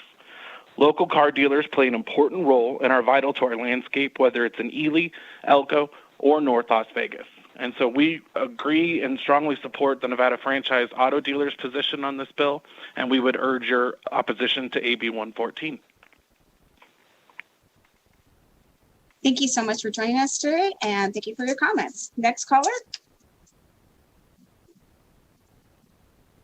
The caller with the last three digits of 124, please press *6 to unmute. Please slowly spell and state your name for the record. You have 3 minutes and may begin. Good afternoon. For the record, my name is Paul Muratkin, and I'm the Senior Vice President of Government Affairs for the Vegas Chamber.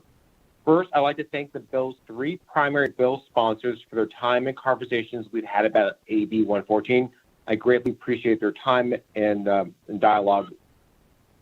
While the Chamber, of course, welcomes innovation, entrepreneurship, and diversification efforts, we do have several concerns with the bill. One, the impact that AB 114 could have on employers and employees that currently work in Nevada's auto industry. And two, the unintended consequences that this bill may have for consumers as well. Regarding the employees, and you've heard from several representatives from the Nevada Auto Dealer Association, there are about 11,000 Nevadans who are directly employed by the industry and make significantly more above the state average, about $68,000 per employee. The impact on job losses in Nevada's auto industry is a concern that we've heard from our members who are employers in the sector. Regarding consumers, we do have concerns, as you have heard from others, about the impact it could have on competitive pricing, responsive customer service, community engagement, and accountability that could happen. We do believe this concept needs to have further dialogue from the economics and job perspective, and we appreciate each of the bill sponsors' openness for further dialogue. Thank you, Madam Chair, for your time. Thank you so much for your comments and joining us this afternoon. Next caller in opposition. Chair, we have no more callers in opposition of AB 114 at this time. Okay, we do have a few that are on Zoom that have been invited to our Zoom, and we will start with Mr. McKay, and I will remind everyone that there are 3 minutes. Madam Chair, Andy McKay, with all due respect, I wasn't aware that we're going to be limited to 3 minutes to put our case on in chief. I have numerous witnesses, and so what I will do is just turn it over, if you'll indulge me, to Alfredo Alonso, who represents the Alliance of Automotive Innovation. Thank you.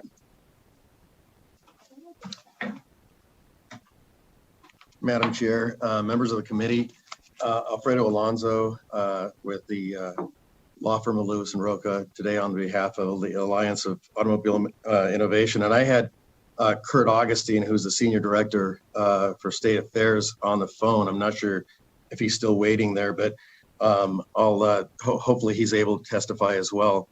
I think it's important for everybody to understand that we don't have a disagreement with EVs being the future of our industry. It is.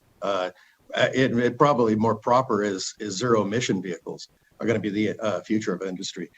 I think it's also important to know that it's going to be driven by the people that you see behind me in this logo. It's going to be the legacy manufacturers, and it's going to be the dealers who drive this market. And so if you look at all these studies that you've heard of, they of course include the EVs that are being created and built right now by people that are much smarter than I, but doing incredible things. You're going to see in 2021 a huge number of new EVs, and by 2025 you're going to see over 100 new models. I think that's really important because this is where the driver is. It's by the industry that has been there for over 100 years. I think some of the important things to remember is we're talking about 10.3 million jobs nationally, one of the biggest industries in the country, over 650 billion in paychecks. Here alone in Nevada, I think Andy and his folks can go into it a little bit more significantly, but I think what's important for everybody here to understand is that we are not in disagreement on the future of zero emission vehicles, but we are in disagreement on how we get there. And I think it's really important to understand that we have a system that works. It works for the consumer, it works for the manufacturer and the dealer. It is a balance, and we've seen this movie before. When you don't have that balance, someone always gets hurt. Normally, it's the consumer. I think that the allowing of this group of startups without any belt and suspenders is incredibly risky to the consumer. While the innovation is amazing, and I think it's going to be a catalyst in many cases for some of the cars that are being built, the idea that you will still be regulated in the same manner and that the rules will still apply in the same manner are just simply not true. One of the things that's important to remember is one of the provisions that gets taken out if you're not a dealer are the restrictions on monopolistic financing, among others. They won't have to do any of that. They won't have to have any of those protections. They can choose whoever they want to finance whatever they want. Again, we're talking about many startups that don't even exist today that could take advantage of this and ultimately come to the marketplace. There's no requirement for them to build anything. They can just sell. So I think it's important to understand that this is incredibly risky. And again, it's an unlevel playing field for the folks that have been here for decades in Nevada and the manufacturers that are building these cars. Thank you for your comments. I do have a question from a member of the committee. Assemblyman Watts.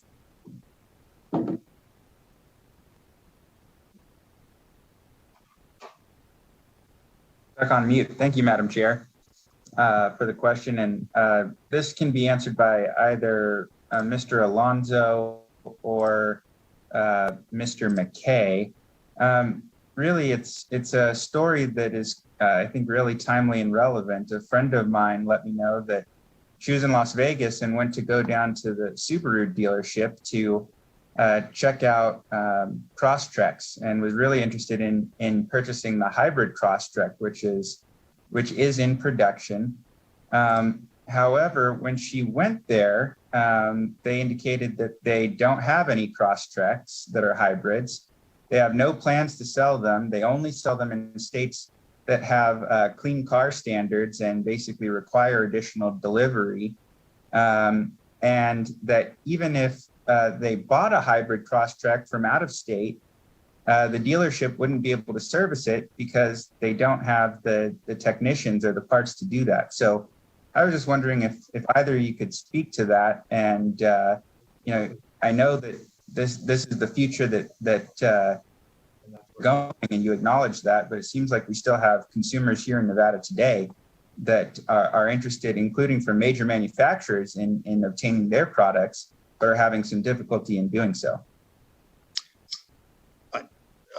Madam Chair, to you and through you to Mr. Watt, I'll take a stab at it, and then obviously have Andrew jump in as well. I think what we have to remember is that we are in the middle of a pandemic, and I think that production has been drastically cut over the last year.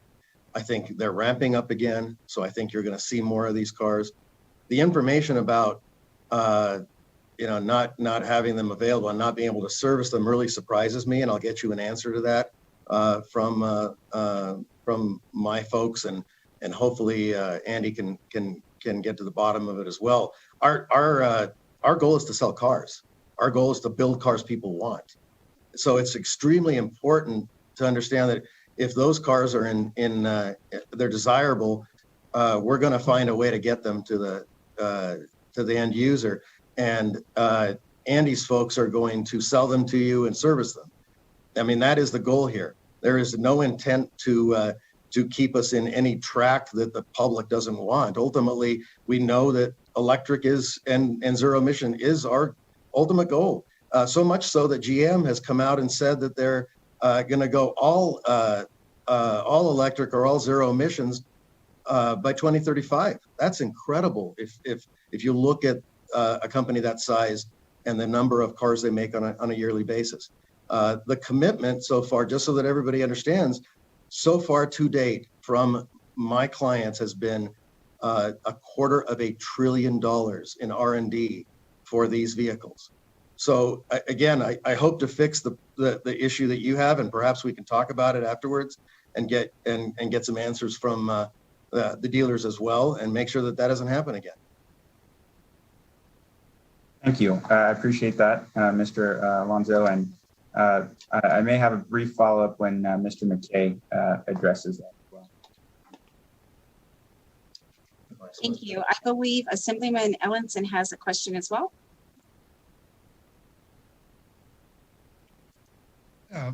Did you allow me to ask that question, ma'am? Yes, please. Oh, thank you. Mr. Alonso, I was hoping to catch you this afternoon. I had some questions maybe to ask you. And one of the things I was talking about was when a new vehicle is built, there's usually little problems. And with a new vehicle coming out that's never been built, it's going to come into a community. What do you expect to see as far as problems with the vehicle? It doesn't mean it's a bad vehicle. It just means that there's problems that's going to be associated with a new body coming out, a new car coming out. It could be anything. It could be brakes. It could be starters. It could be all kinds of stuff. Could you hit on that? Thank you. Sure. Again, Madam Chair, to you and through you to Mr. Ellison. Again, I think the dealers can probably give you more detail there, but I think as far as the manufacturer is concerned, and you look at how this would look in practice, again, Lucid may very well do what they say and build a facility in Nevada. Rivian may very well do the same thing. They also may not. There's absolutely nothing in the bill that says they have to. And the rest of the folks that are there part of this wouldn't either. So yes, there is a chance that you would have a Rivian representative walking you through the purchase of your new vehicle and going through that entire process and showing you how everything works. And hopefully they have a facility that they'd be able to fix it with. But I don't think there's a guarantee that any of these folks, including I think I've heard as low as 22, as many as 60 startups that could come into the state. I don't know if any of them would do the same thing. And that is the big concern here. Again, they would be on a different playing field. They wouldn't have to spend a dime in Nevada. Now, if you said they're going to build a manufacturing facility and provide us with jobs, then I would still probably not like it. I'm sure the dealers wouldn't, but at least it would be a policy issue that we could discuss. Thank you, Madam Chairman. Thank you. So along those lines, I have a question. If there were verbiage in the bill that would require the brick and mortars being in the state of Nevada or contracts with existing dealerships for services, would the bill be something that you may not like but could live with? Again, without, Madam Chair, Alfredo Alonso again for the record. Again, without having this conversation and having this conversation with the folks in front of me here, I don't have an answer, but we're willing to talk about anything. We're always willing to sit down at the table. The goal here is never to just simply say no to everything. I just think it's important to understand that you can't create a system that it's been going on for 100 years and then say, we've got this new startup, this new shiny object, we want to let them in and they don't have to do anything different. They get to do whatever they want. And that is a concern, I think, for everybody. Can they do what a dealer does? I don't know. It depends on the language. Thank you. I'm not seeing members with any other questions. Mr. Alonso, is there anyone else in the room there that would like to offer opposition? Yes, Madam Chair. Andy's coming right back. Thank you.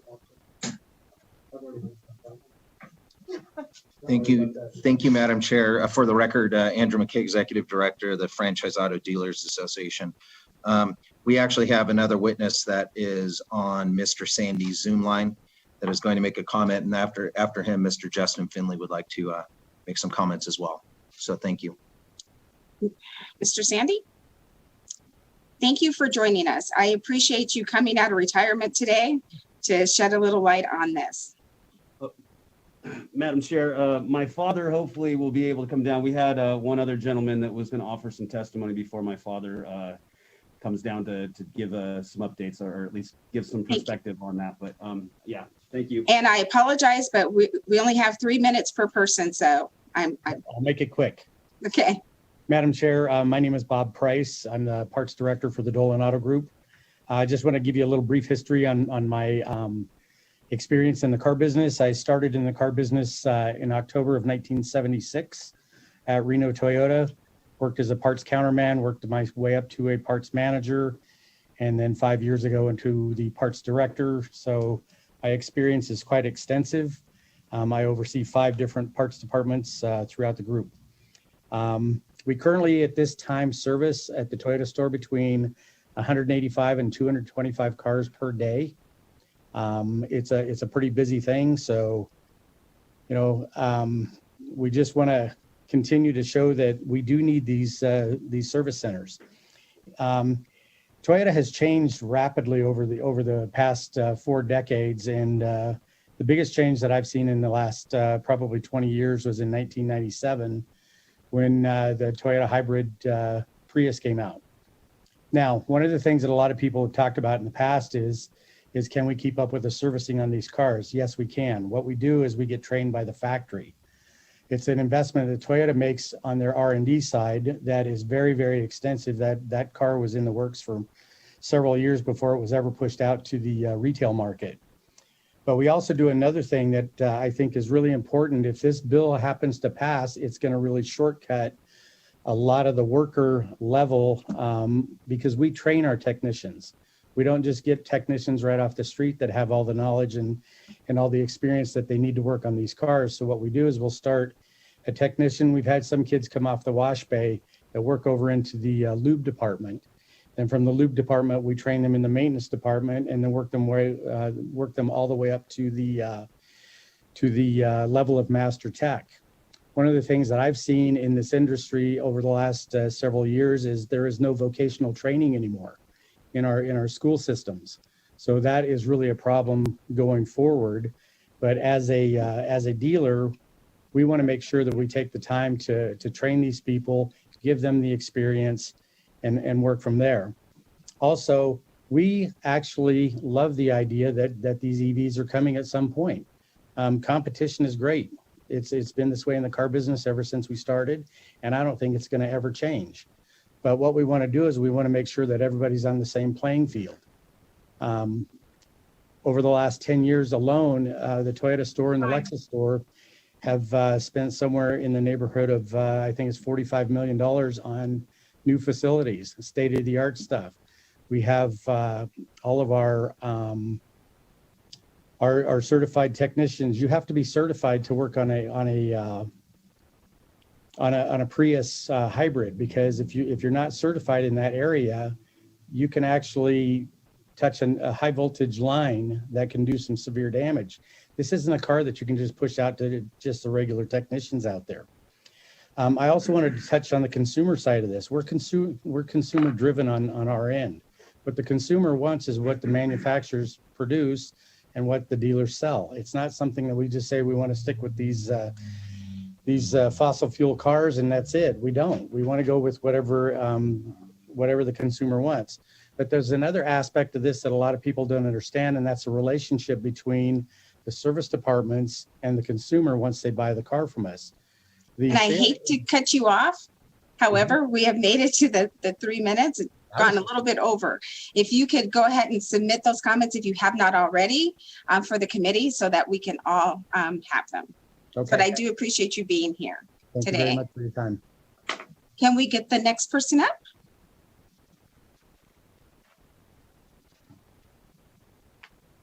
Madam Chair and members of the committee, good afternoon. This is Justin Finley. I just took Andy's seat here. My name is Justin Finley, and I'm speaking on behalf of the Finley Automotive Group. The Finley Automotive Group is obviously family-owned and multi-generational. We've been in business for 60 years, and we employ more than 1,600 Nevadans across 17 different dealership locations in Las Vegas, Reno, and Henderson, Nevada. Our employees are our most important asset. They're really the backbone of our business. And we're very proud that during the COVID-19 crisis, we have not laid off one employee. We're very, very proud of this. We're also very proud of the fact that we support and give back to the communities we serve. Finley has been supporting local causes for over 60 years since we've been in business. We're founding members for the Smith Center of Performing Arts. We're proud partners with UNLV. We're proud supporters of UNR. And there are over 35 other local charities in Nevada that we supported in 2020. Ask yourself, will out-of-town EV manufacturers with direct sales from different states, in a lot of cases different countries, support Nevada the way franchise dealers do? I don't think they will. I think that's a guarantee they won't. The other thing we've done is we've really invested in Nevada. Over the years, we've invested many millions of dollars in land and facilities. Our Nevada dealerships have 700 service bays right now devoted to servicing our customers' vehicles. Franchise dealers are here to provide services for our customers. This will be very difficult or impossible for out-of-state dealers that sell directly to provide. Things such as maintenance, repair. I know we talked about electric vehicles not having some of the maintenance and repairs, and that's true. but there are going to be many glitches. We all have computers. These cars have many sensors. We sell electric cars now, and in a lot of cases, they take a lot more than the traditional car that has been around and proven. So let's not pretend this is not going to take a lot of service business. And if a manufacturer doesn't want to pay that to the, when they talk about our service profit center, I think that's another challenge that really could be dove into. But we do safety recalls, we do titling, we help with the titling assistance, we do delivery processes, we help with financing, and many, many other things at the dealership level. Also, our franchise dealers are here to support the customer in the unlikely event that the manufacturer goes out of business. Some of the names behind me here on this list, they've gone out of business, and those customers still have those cars and they need help, and the dealers are there to help them. So don't lose sight of that. And I want to make it very clear that we fully support future electric vehicle manufacturers that aren't in the market yet, and we would love to sell their products in Nevada. We just feel it is important that they abide by the existing laws that require them to have local franchise representatives. Our current system is stable, it's versatile, it's been successful in both good times and bad. It's been great during this pandemic. Changing the rules could have devastating effects on our current system. And Thank will you, most Mr. likely. Hello, we have reached our time limit. I apologize. If you have I not. apologize too. I thought I was going to have 5 minutes. So when I prepared this, it was a little bit. That's okay. One last thing I would say is I just feel like this will open Pandora's box if we were to open this up to all EV makers. So thank you for your time. Thank you. And please submit your comments to us in writing so that all the members will have it. Thank you for joining us. Thank you. Okay, I'll take the next person that is in John Sandy's box. John Sandy? Box. Yes. Yes. Well, most of you don't know me. I worked at the legislature as a lobbyist for 30 some years. And fortunately, I retired and now I'm not doing it. My son is. But I just want to tell you just quickly, and it won't be 3 minutes, that the issue about Tesla, that occurred in 2014 at the legislature. And it was basically coming from Governor Sandoval because he had a relationship with them and they were going to go and build a facility that was going to be great for Nevada. And it turned out that he was 100% correct. And if you look at how much they spent in Nevada and the cars that they're producing, they're obviously clean cars, it's been great. And so as a result of that, when he came up with that proposal, basically my car dealers, the Nevada franchise auto dealers, said, we will go along with this. But we put in the bill, and if you look at the bill, it said this only goes to somebody that's doing business in this area in 2014.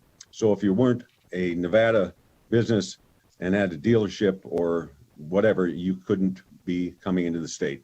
So I just want to point that out to show you that we did this back in 2014, trying to do what was best in the state of Nevada's interests.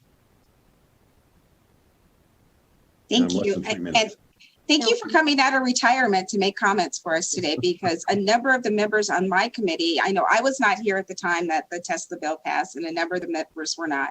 So I appreciate you coming out and helping us with some historical nature for this legislation. Thank you very much. Thanks for having me. Yes.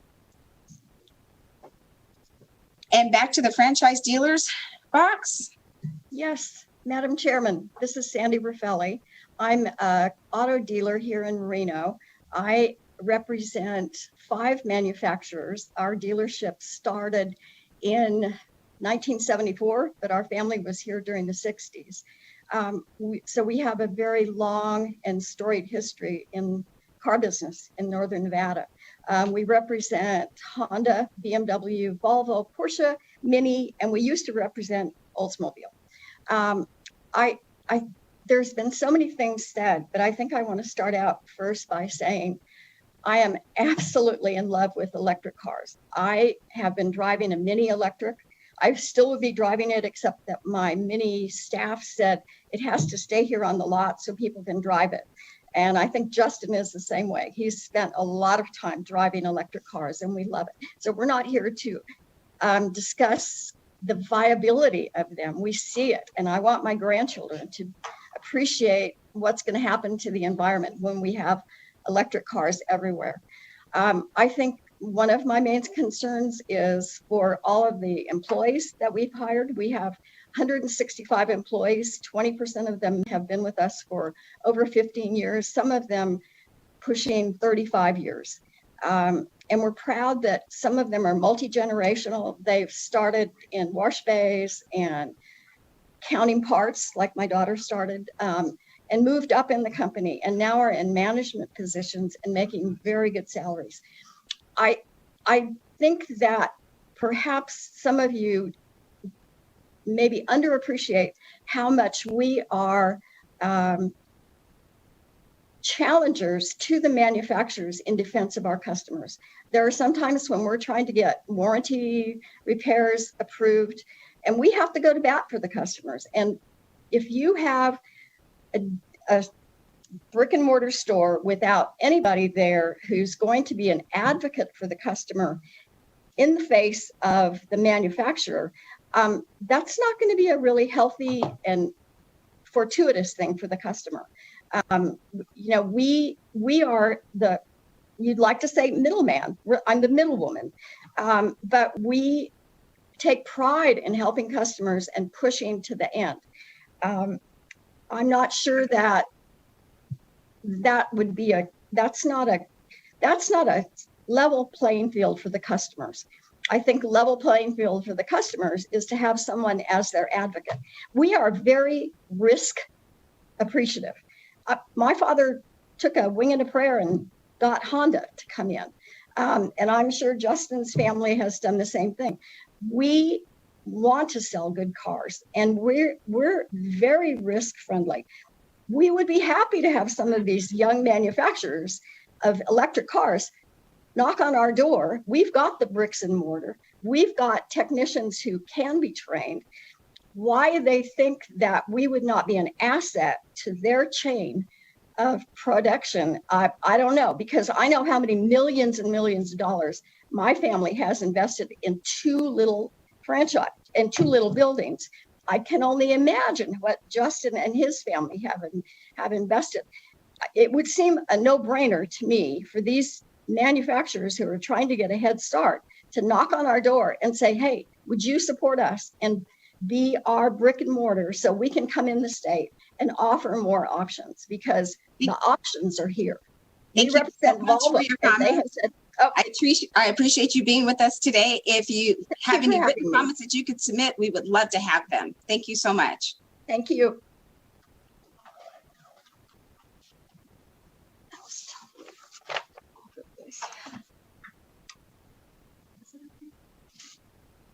And we are wrapping up with you.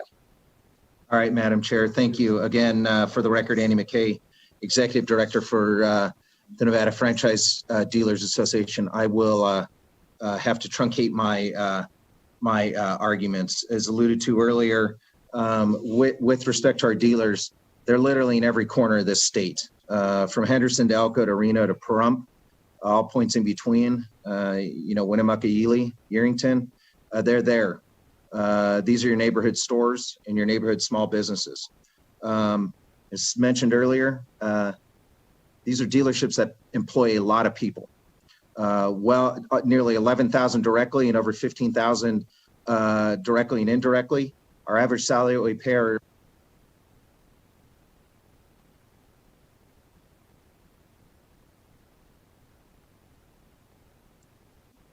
Mr. McKay, we lost your sound. It says that you're open, but somehow we've lost your sound.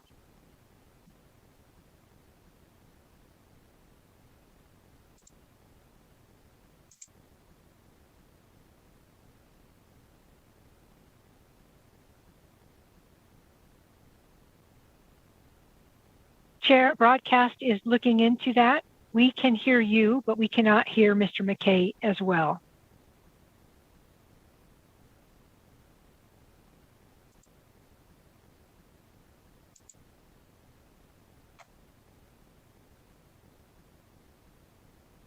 Mr. McKay, can you hear me? There seems to be some difficulty. I'm not sure if it's on your end or our end.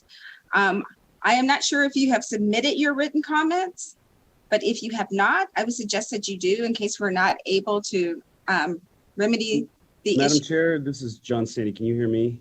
I can hear you, John. Yes. You know, I actually have a copy. If you would like, I could read his comments.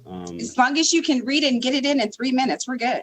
You got it. Oh boy. So I believe he ended up jobs with comprehensive benefits, which pay on average $68,842. These are businesses that are the fabric of our communities. They always step up to cut a check when a school is in need of new scoreboards, the Girl Scout troop needs to sell the last 100 boxes of cookies, or when frontline healthcare workers are in need of hot meals while they care for their patients from COVID pandemic or October 1 massacre. The legislature, this is a quote from our Chapter 482. It's a legislative declaration. It says, the legislature finds and declares that the distribution and sale of motor vehicles in the state of Nevada vitally affects the general economy of the state and the public interest and the public welfare. And in the exercise of its police powers, it is necessary to regulate and to license motor vehicle manufacturers, distributors, new and used vehicle dealers, brokers, rebuilders, leasing companies, salespersons, and their representatives doing business in the state of Nevada in order to prevent frauds, impositions, and other abuses upon its citizens. That was codified in 1965 and again ratified in 1971 and 1995.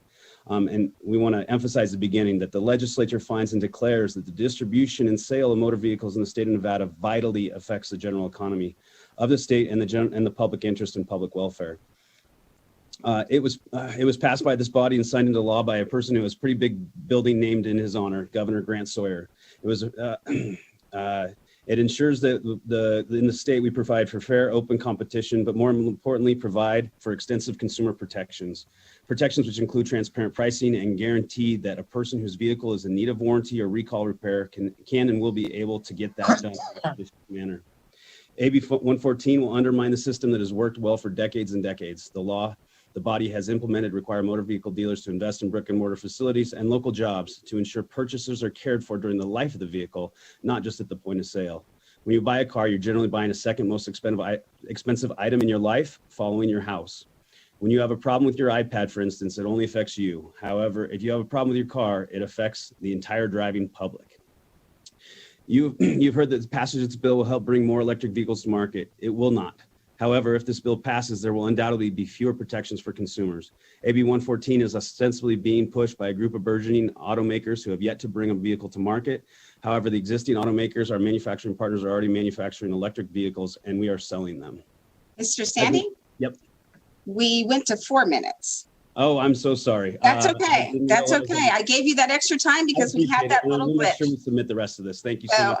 I appreciate it. And I appreciate submitting. And I appreciate you all gathering in one location to help with the discussion today. I think it was very important to have this discussion. Thank you. And I appreciate it if you would continue working with the sponsors of this bill to see if we can get it to somewhere where maybe you won't be happy with it, but you might be neutral. So I will give you my word that we will do that. Thank you so much. Thank you for joining us today. I am not seeing any other questions from any other members. So we will close the hearing on Assembly Bill 123. And I believe we've done all of our public comment, but there may be someone in the wings. So I will ask our staff, are there any people in queue for public comment? And public comment, not speaking on any of the specific bills, but just public comment in general. To testify for public comment, please press *9 now to take your place in the queue.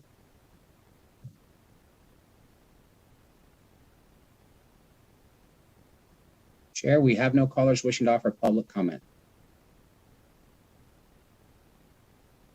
Did we have anyone in the queue, my mistake, for neutral on this bill? There was so much in support and opposition, I forgot about neutral. Chair, I believe we did have some further callers for opposition, if you would like to take those. Or I can move on to neutral. Let's move on to neutral, and I will ask that the callers that are in the queue for opposition to please submit your opposition. You have up to 48 hours to submit that online to us. And you can also reach out to the sponsors of the bill to have a direct discussion with them about coming to a neutral understanding on the bill. To testify in neutral on AB 114, please press *9 now to take your place in the queue.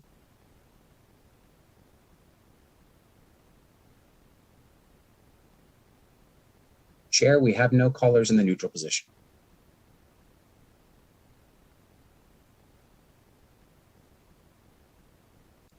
Thank you.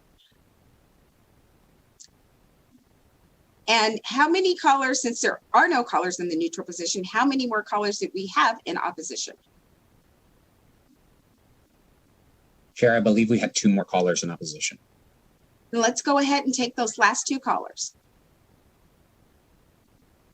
To testify in opposition of AB 114, please press star 9 now to take your place in the queue.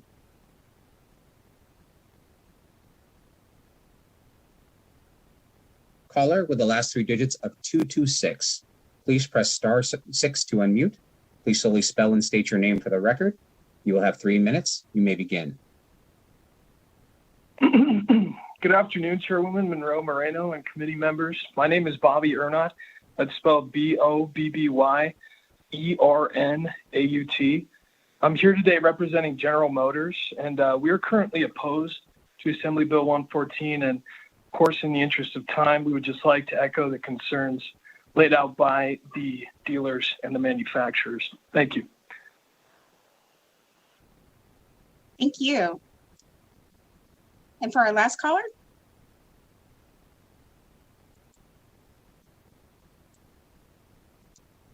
Caller with the last 3 digits of 755. Please slowly spell and state your name for the record. You have 3 minutes. You may begin. Hello, Madam Chair. My name is Kurt Augustine. That is CURTAUGUSTINE. And I'm the Senior Director for the Alliance for Automotive Automation. And I would like to put my comments on the record. First off, this is really not a debate about zero emission vehicles. The trade association I work for represents every auto manufacturer except one who currently makes and sells vehicles in the United States. This is not, again, about ZEVs, but it's a debate about an uneven playing field, as you have heard. Our industry is completely committed to making electric vehicles. You've heard our testimony that we've committed to over 100 vehicles by 2025.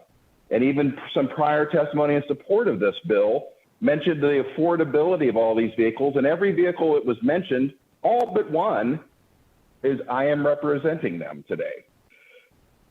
There is nothing in today's law that prevents these zero emission vehicle only makers from selling and delivering vehicles in Nevada. They specifically choose not to use the current system. Our automakers work closely with our franchise dealers to operate as successfully as possible. The automakers supporting AB 114 simply do not want to play by the same rules, however. They want special treatment for a competitive advantage. In Nevada, automakers and dealers operate under the state franchise law that regulate much of the business relationship. There was discussion about and testimony about small companies. There are all sorts of companies involved in this. There are over 20 companies who are currently producing vehicles in other parts of the world that could come and sell directly into Nevada if this bill passed. There are also technology companies who are spending tremendous amounts of money developing vehicles as we speak. So to be clear, automakers do not shrink from added competition. Our automaker members have developed modern vehicles that are more advanced than ever, and they welcome competitors to keep up. Our members simply believe that state laws that govern the sale of vehicles should provide a fair and level playing field for all and not grant special privileges to new market entrants. 114, however, would separate the vehicle marketplace into 2 markets, one where new market entrants will be unbound by the franchise system and all the important consumer protections within that system. For these reasons and many others, we oppose the bill. I would also like, there was a question posed to my representative, Mr. Alonso, about whether the manufacturers would support this bill if there were carves outs. I want to make it very clear, we support the current dealer system exclusively. And again, another reason why we are in strong opposition to this bill. And I would be happy to answer any questions. And thank you for the indulgence.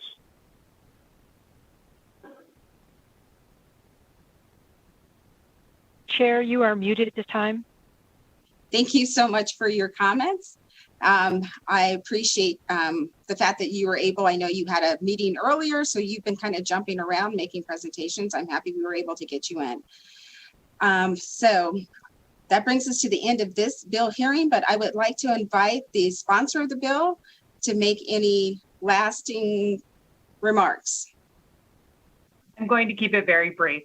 I appreciate the testimony of the supporters. I also encouraged many of the supporters to submit written testimony, so I'm sure members of your committee will be able to review all of that extensive support documentation that was provided and will be probably up on Nellis shortly. Additionally, I will continue to have conversations with the opposition prior to the bill presentation and prior to me even submitting this bill. I did reach out to all the people that were on the call in opposition, and I will continue to work with them to see if we can come up with solutions in making this a better, fair bill for Nevada. So with that, I urge your support again of Assembly Bill 114. Thank you so much for your presentation, and thank you so much for working with both sides of the issues on this to get to the best policy we can for Nevada's residents. So again, that brings us to the end of this bill, and we will close the hearing on Assembly Bill 123. And that brings us to the end of our agenda. So our next meeting for the Assembly Committee on Growth and Infrastructure will be Thursday, March 4th at 1:30, where we will hear 4 bills, and hopefully it will not last as long as today. So with that, I wish you all a great evening.